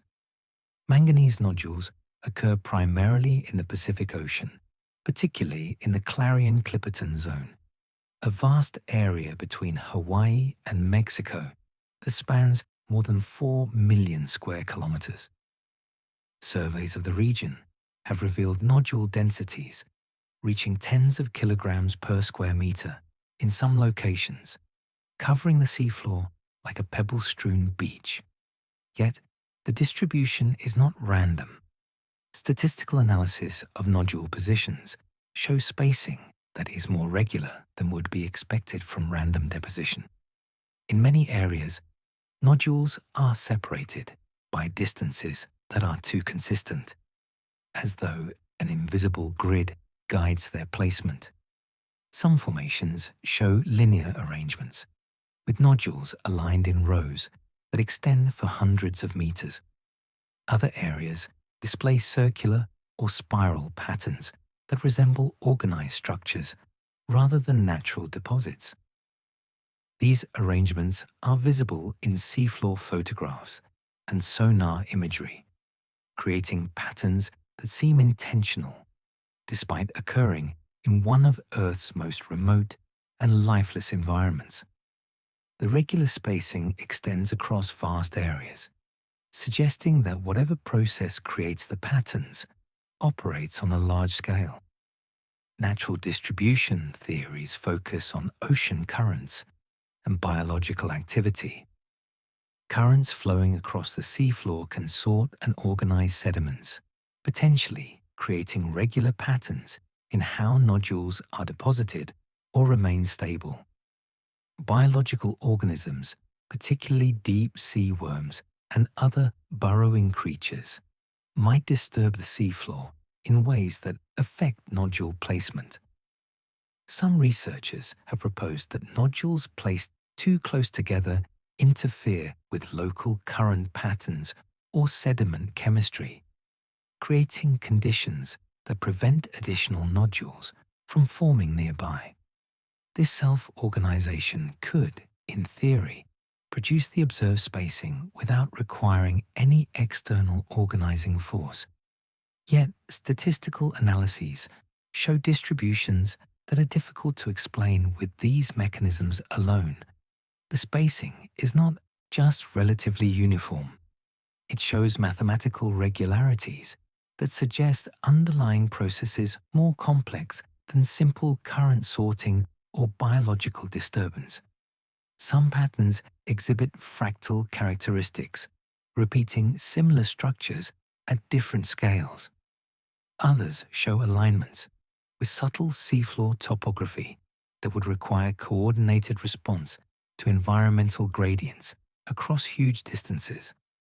Researchers from the Scripps Institution of Oceanography have mapped nodule fields in detail, using autonomous underwater vehicles to photograph and measure thousands of individual nodules. Their data confirms that the patterns are real and not artifacts of limited sampling or observation bias. The nodules are genuinely organized in ways that natural processes should not create, at least not according to current understanding of deep-sea sediment dynamics. The commercial interest in manganese nodules complicates research. The nodules contain valuable metals including nickel, copper, and cobalt, making them targets for deep-sea mining operations. Companies have begun exploring the possibility of harvesting nodules from the Clarion-Clipperton Zone, raising environmental concerns about disrupting deep-sea ecosystems. The focus on economic potential has diverted some research attention away from understanding the nodule patterns, though the patterns themselves might hold clues about formation rates and distribution that could inform sustainable mining practices. Core samples taken from beneath nodules reveal sediment layers that show sudden shifts in deposition, indicating the nodule fields may have survived unexpected underwater geological events. The fact that patterns remain intact, despite occasional disturbances, suggests they are either remarkably stable or quickly re-establish after disruption. Either scenario requires explanation, as deep-sea sediments are typically subject to slow but constant reworking by currents and biological activity. The mystery deepens when considering the timescales involved. If nodules grow only millimeters per million years, the patterns observed today might reflect conditions and processes that operated millions of years ago. Ocean currents, chemistry, and biology have changed significantly over such periods. How could patterns established under ancient conditions persist into the present? This question touches on fundamental issues about the stability and memory of geological systems. Some nodules appear unusually smooth, as if polished by forces that should not exist on the deep seafloor. The smoothness cannot be explained by current action alone, as currents strong enough to polish rock would also transport and scatter the nodules. Chemical processes might dissolve surface roughness, but manganese oxide is relatively resistant to such weathering. The smooth surfaces remain an unexplained detail in nodule formation. In the Puerto Rico Trench, the deepest part of the Atlantic Ocean, cameras have recorded bioluminescent displays that move in synchronized waves impossible for single organisms. The trench reaches depths exceeding 8,400 meters, creating pressure conditions that crush most forms of life. Yet within this extreme environment, researchers from the National Oceanic and Atmospheric Administration have observed light shows that defy explanation. Patterns of coordinated luminescence that ripple across large areas with precise timing.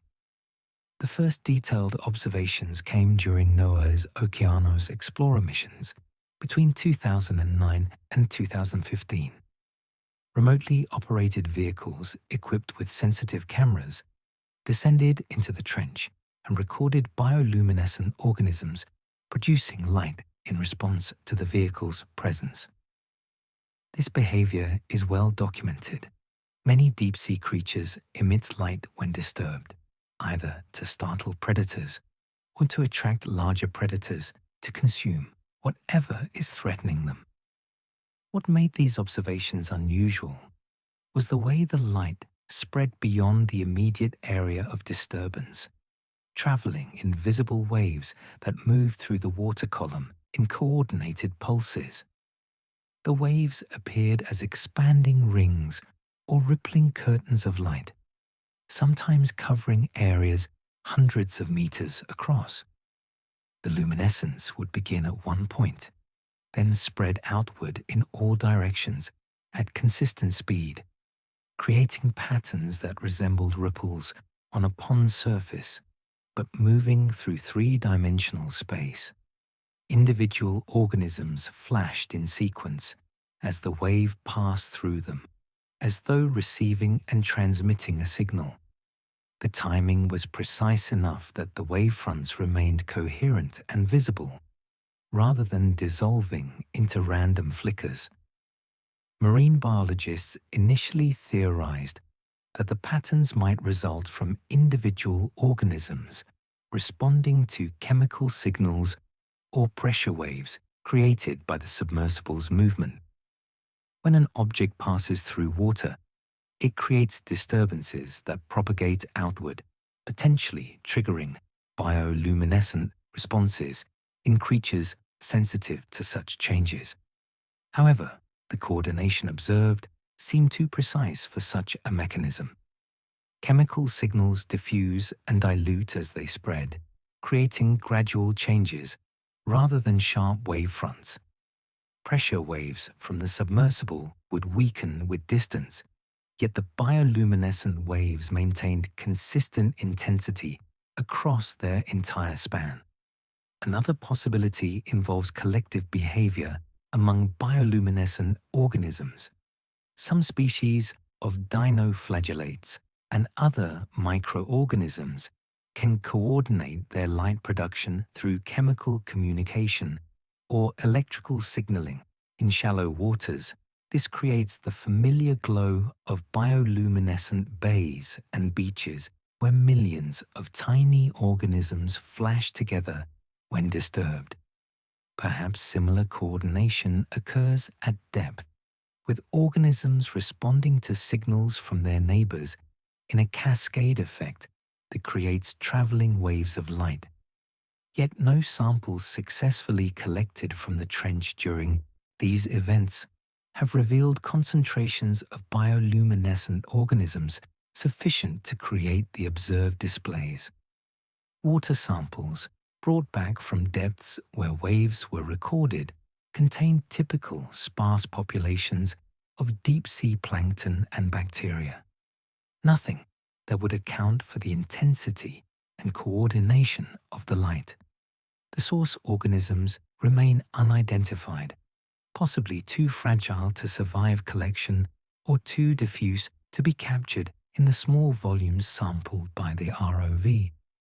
The speed of coordination is particularly puzzling. The waves travel through the water at rates that seem too fast for chemical communication, but too slow for simple physical disturbance. If organisms are signaling each other to create the waves, they must use a mechanism rapid enough to maintain wave coherence across hundreds of meters. Light itself could serve as such a signal, with organisms detecting the flash of their neighbors and responding by flashing themselves.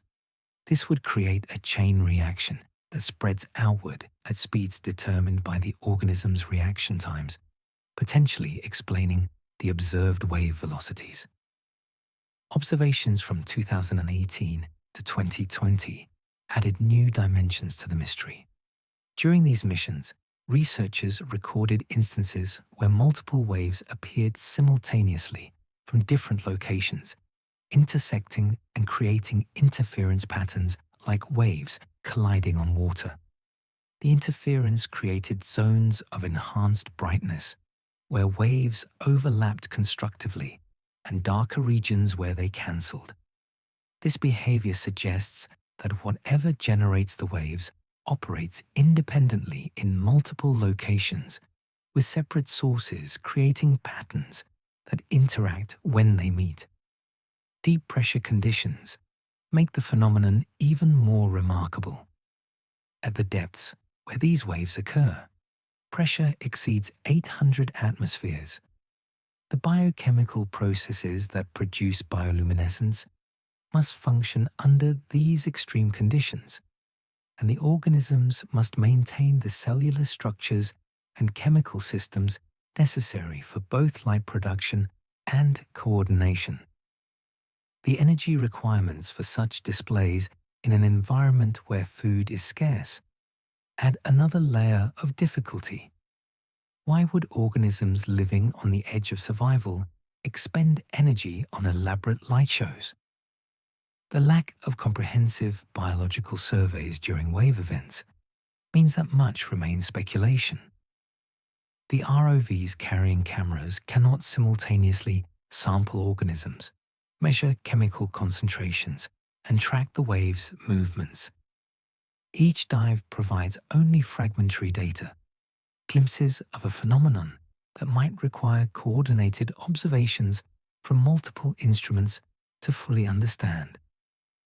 The remote location and extreme depth make such comprehensive studies difficult and expensive, limiting progress in unraveling the mystery.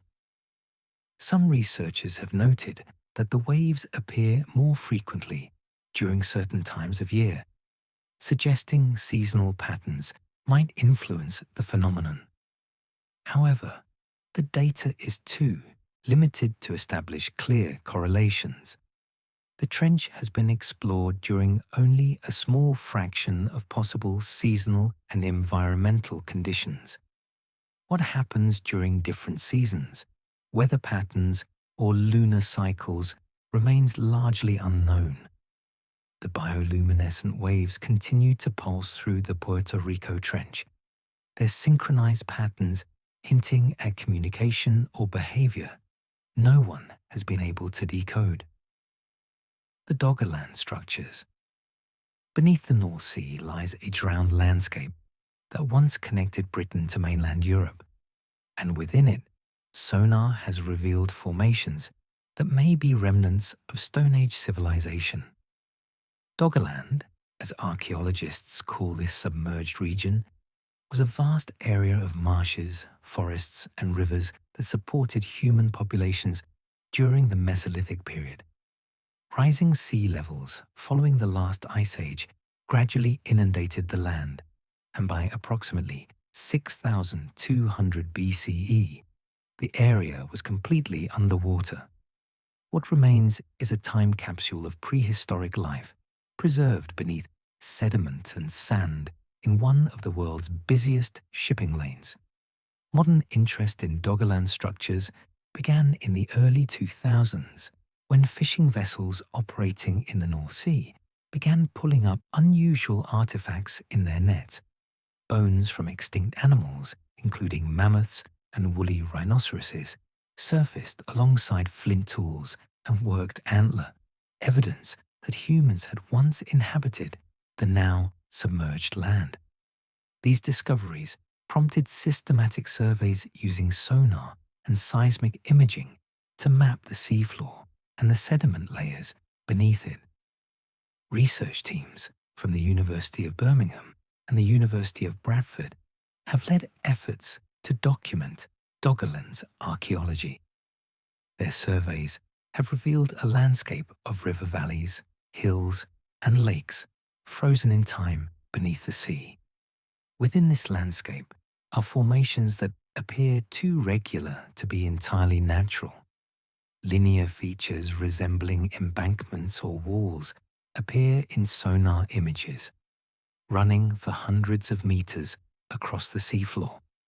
Circular depressions that might be the remains of dwelling sites cluster in areas that would have been ideal for settlement, near ancient river channels or on elevated ground. Differentiating natural formations from artificial structures underwater presents enormous challenges. Glacial activity during the Ice Age created numerous linear features as ice sheets carved grooves and deposited ridges of sediment. River channels, now filled with sand and mud, appear as lines in sonar images. Natural deposits of peat and clay create layers that can resemble constructed surfaces. Without excavation and direct examination, distinguishing between these natural features and potential human-made structures requires careful analysis of shape, context, and relationship to other features. Some formations show characteristics that suggest human modification. Stone arrangements appear in clusters with regular spacing, positioned in ways that seem unlikely to result from natural transport by water or ice. Linear features that could be walls or embankments align with the edges of ancient river channels, as if deliberately placed to manage water flow or define boundaries. These interpretations remain tentative, based on indirect evidence that could be reinterpreted as natural phenomena by skeptical researchers.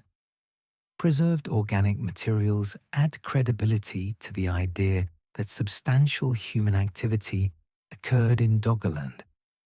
Peat layers beneath the North Sea contain pollen, plant remains, and wood that paint a picture of the environment humans inhabited. Some wooden objects show signs of having been shaped or used as tools, though distinguishing worked wood from naturally broken branches is difficult after thousands of years of submersion. DNA analysis of organic material has confirmed the presence of various animals and plants, establishing that Doggerland supported diverse ecosystems capable of sustaining human populations. The dating of potential structures aligns with periods when humans are known to have inhabited northern Europe. Stone tools and other artifacts recovered from fishing nets date to the Mesolithic period, between 10,000 and 6,000 years ago. During this time, Doggerland would have been dry land, accessible to hunter-gatherer groups moving across the European landscape. The drowning of Doggerland occurred gradually over thousands of years as sea levels rose. giving populations time to retreat to higher ground, but ultimately submerging everything they left behind. Political and economic factors complicate further investigation. The North Sea is one of the world's busiest maritime regions, with shipping lanes, oil and gas infrastructure, and fishing grounds creating competing demands for access. Conducting large-scale archaeological surveys requires coordination with commercial interests and government authorities in multiple countries. Funding for underwater archaeology is limited, and projects must compete with more accessible terrestrial sites for resources. These constraints mean that much of Doggerland remains unexplored, its secrets protected by practical obstacles as much as by water and sediment. Advanced imaging techniques offer hope for future discoveries. Seismic reflection surveys can penetrate sediment layers and reveal buried features without physical excavation. High-resolution sonar creates three-dimensional maps of the seafloor that allow researchers to identify unusual formations for targeted investigation. As technology improves and becomes more affordable, systematic surveys of larger areas become feasible, potentially revealing structures that current limited surveys have missed. The possibility that major settlements or ceremonial sites lie buried beneath the North Sea remains tantalizing. If Doggerland supported significant human populations, as the scattered artifacts suggest, those populations would have created infrastructure, burial sites, and possibly permanent structures. The preservation conditions in the oxygen-poor sediments of the North Sea are excellent, capable of maintaining organic materials that would have decayed in terrestrial environments.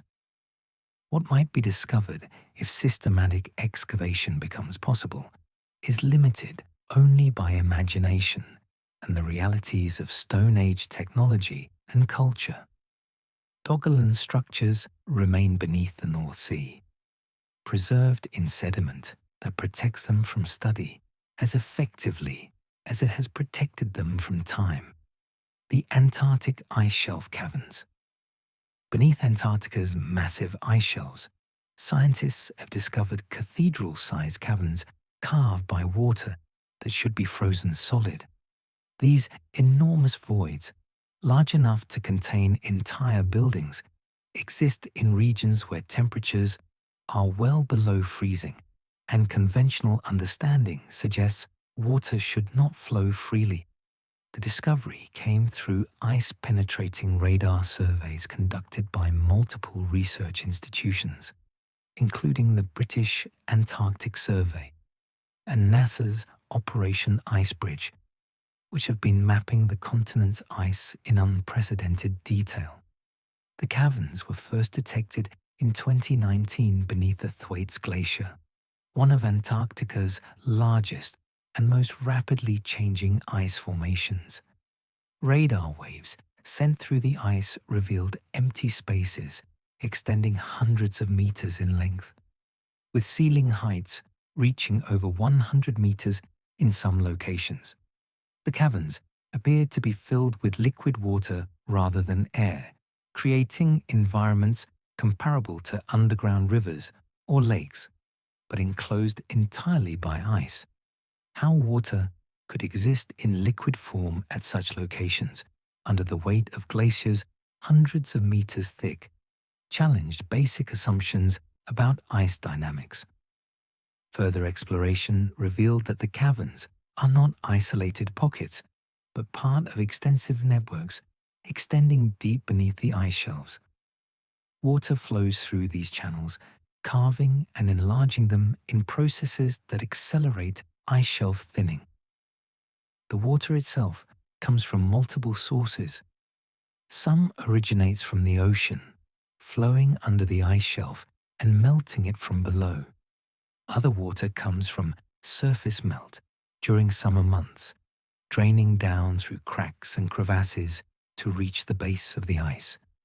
The mixture of fresh and salt water creates complex circulation patterns within the cavern systems. Temperature measurements inside accessible caverns show water hovering just above freezing, warm enough to remain liquid, but cold enough that small changes could cause freezing. The warmth comes from geothermal heat rising from Earth's interior in some locations, and from the ocean in others.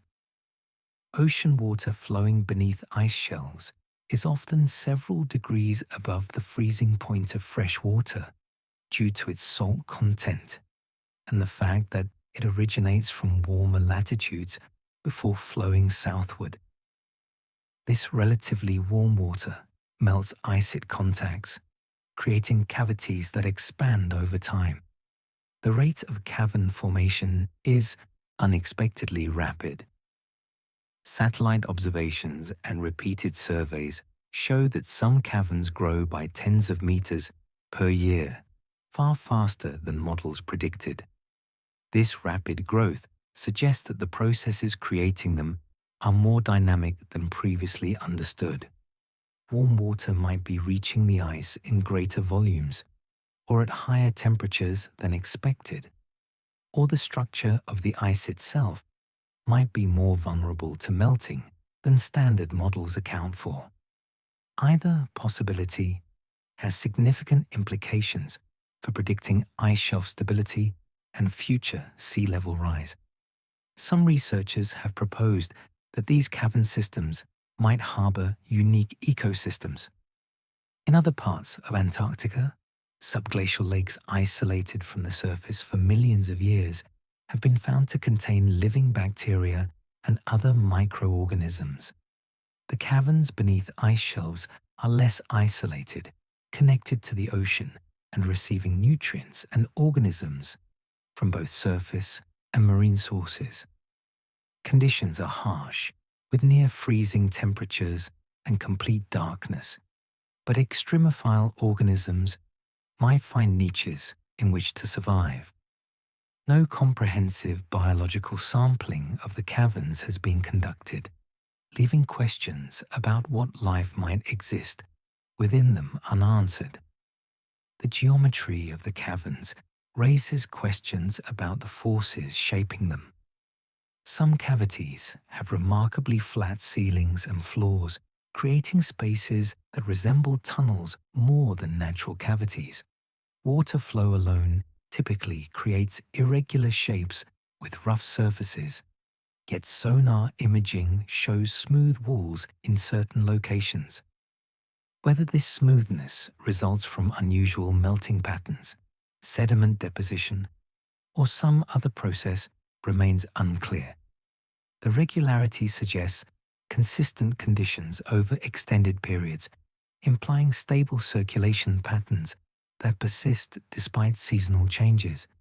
The impact on ice shelf stability is profound. Ice shelves act as buttresses, holding back the glaciers behind them and slowing their flow toward the ocean. When ice shelves thin or collapse, the glaciers accelerate, delivering more ice to the sea and raising global sea levels. The caverns represent zones of weakness where ice is already compromised. If they continue to grow and connect, they could undermine large sections of ice shelves, potentially triggering rapid collapse. This process might already be underway in some regions, with cavern expansion contributing to observed ice shelf thinning. Climate models must account for these cavern systems to accurately predict Antarctica's future. Traditional models treated ice shelves as solid blocks with gradual melting from above and below. The discovery of extensive cavern networks shows this approach is too simplistic. The caverns create three-dimensional pathways for warm water to penetrate deep into the ice, accelerating melting in ways that linear models cannot capture. Incorporating this complexity into projections requires better understanding of cavern formation, growth, rates, and distribution across Antarctica. Technological advances in radar and remote sensing continue to reveal more details about the caverns. High-resolution surveys can now map individual channels and track how they change over time. Autonomous underwater vehicles have been deployed beneath some ice shelves, capturing images and data from within the cavern systems. These explorations provide direct observations to complement remote sensing, offering insights into water flow, temperature distributions, and cavity structures that cannot be obtained from above. The caverns continue to grow beneath Antarctic ice, carved by warm water whose source remains as hidden as the chambers themselves, the unexplained seafloor scarring. Across thousands of square miles of the Atlantic seafloor, parallel scars run in straight lines, as though something massive dragged itself through the sediment. These formations, discovered through systematic ocean floor mapping surveys conducted during the 2010s, appear as elongated grooves carved into the seabed. The scars range from tens of meters to several kilometers in length, with depths reaching several meters below the surrounding seafloor. What makes them remarkable is their regularity and the fact that they appear in locations where conventional explanations fail to account for their characteristics. The scars were first documented in detail during the Atlantic Ocean Mapping Project, an international effort to create comprehensive bathymetric charts of the ocean floor. High-resolution sonar revealed patterns of parallel marks that resembled plough furrows in a field, except these furrows were carved through sediment thousands of meters below the surface. Some sets of scars consisted of a dozen or more parallel lines, all running in the same direction and spaced at consistent intervals. Others appeared as isolated tracks crossing otherwise smooth seafloor. Icebergs provide the most commonly cited explanation for seafloor scarring. During ice ages and in polar regions today, icebergs carving from glaciers can reach enormous sizes and extend deep below the waterline. As currents push these icebergs across the ocean, their keels drag along the seafloor, carving grooves through sediment. This process, called iceberg scouring, is well documented in Arctic and Antarctic waters and has been observed creating scars similar to those found elsewhere.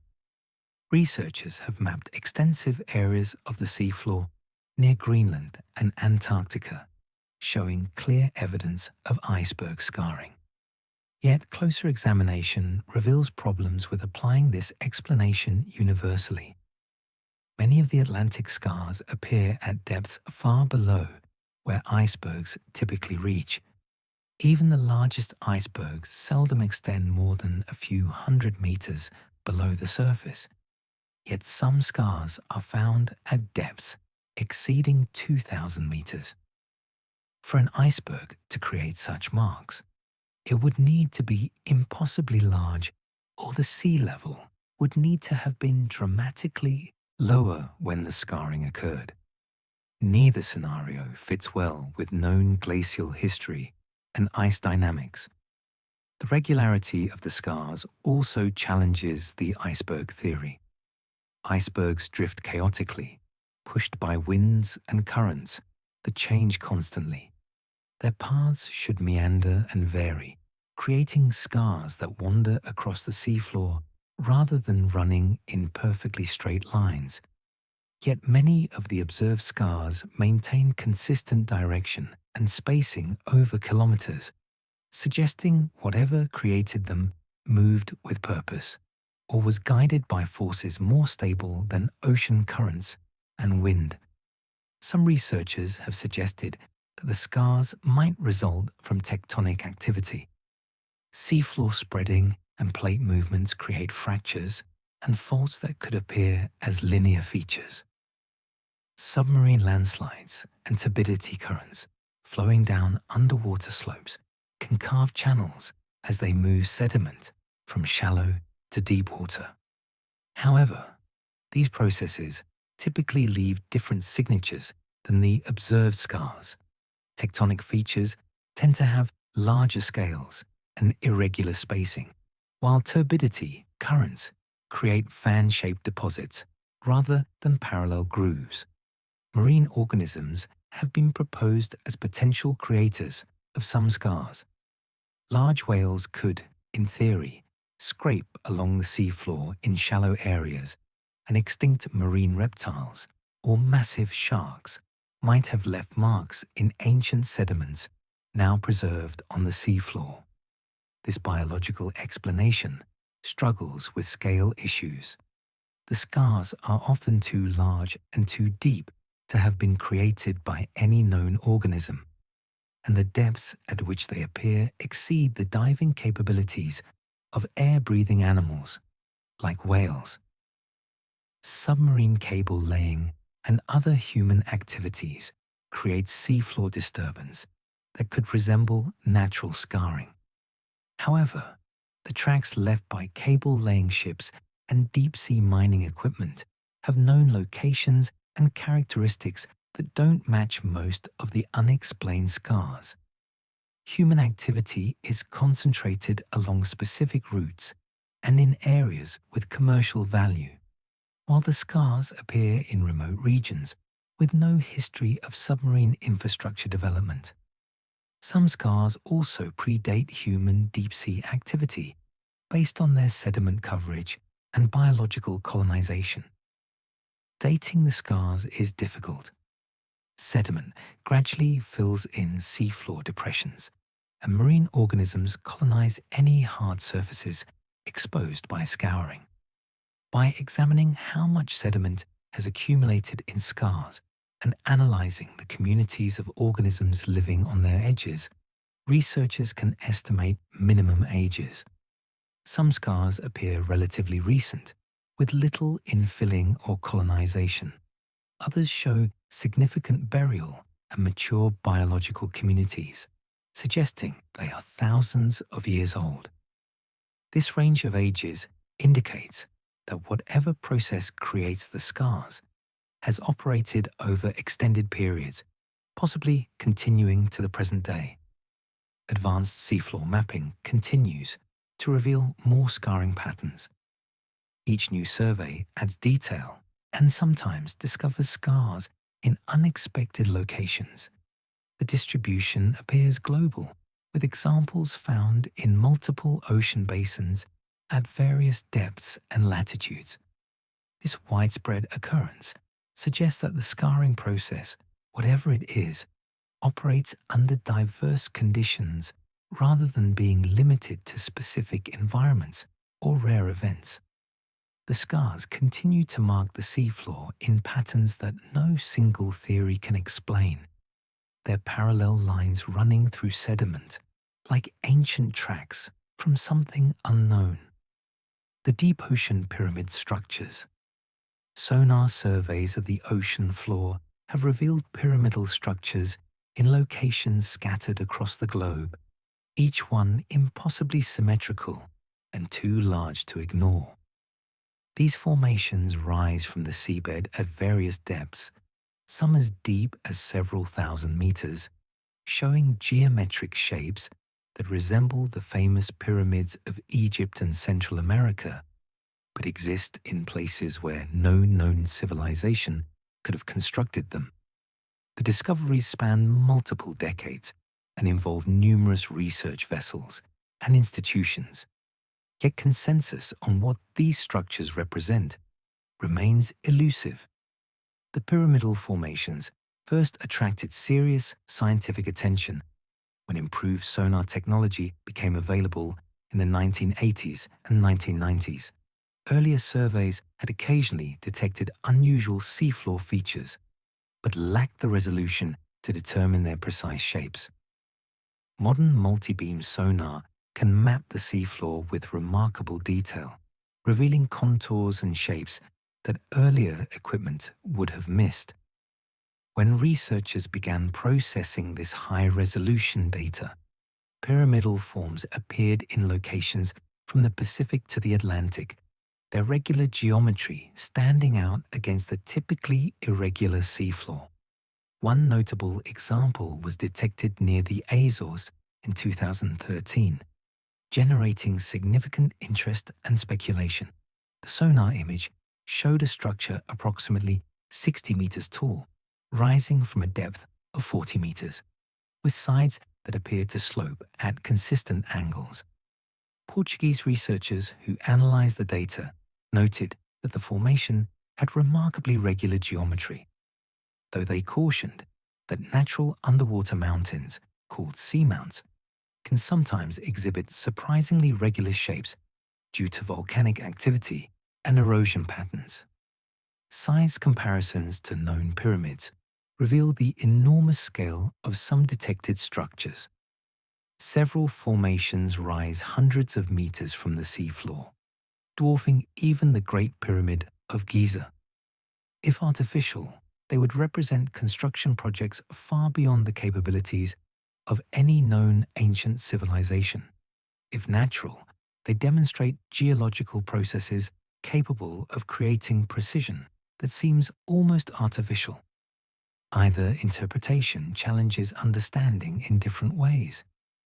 Natural seamount theory provides the most straightforward geological explanation.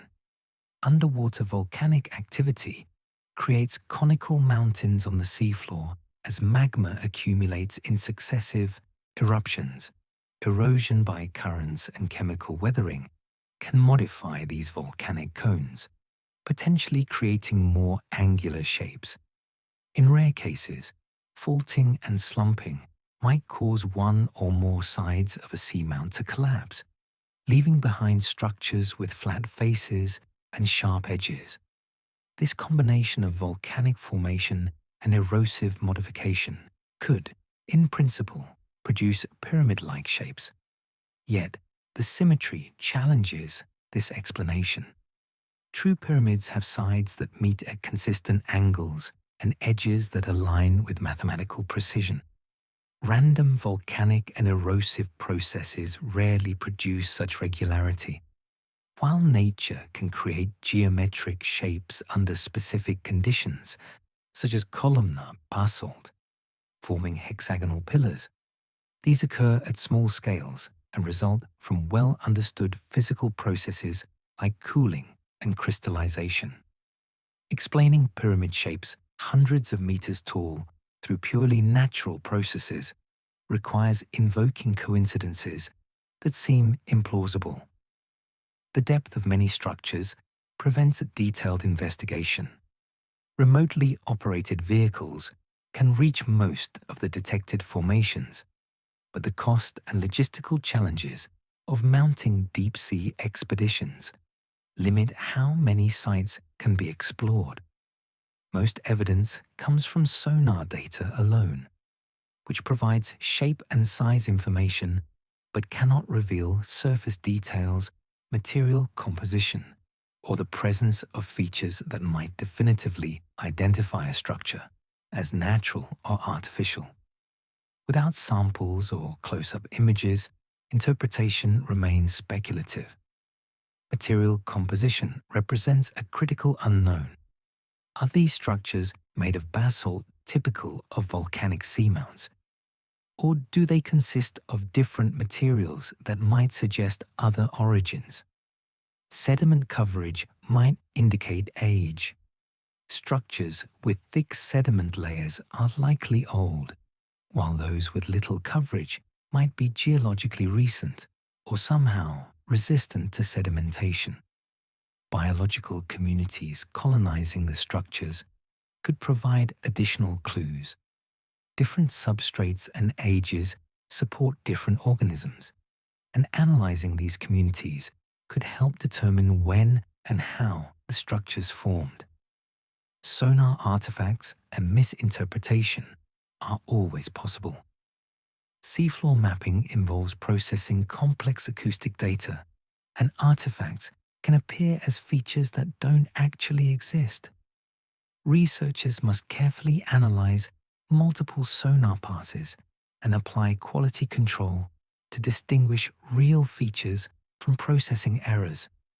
However, the pyramidal structures appear consistently in repeated surveys and in data from different sonar systems, suggesting they represent real seafloor features rather than artifacts or errors. Some researchers have noted that certain pyramidal formations align with magnetic anomalies or unusual geological structures, though whether these correlations are meaningful or coincidental remains unclear. The seafloor is geologically complex, with variations in rock type, faulting, and mineral deposits creating patterns that might influence how features form or where they occur.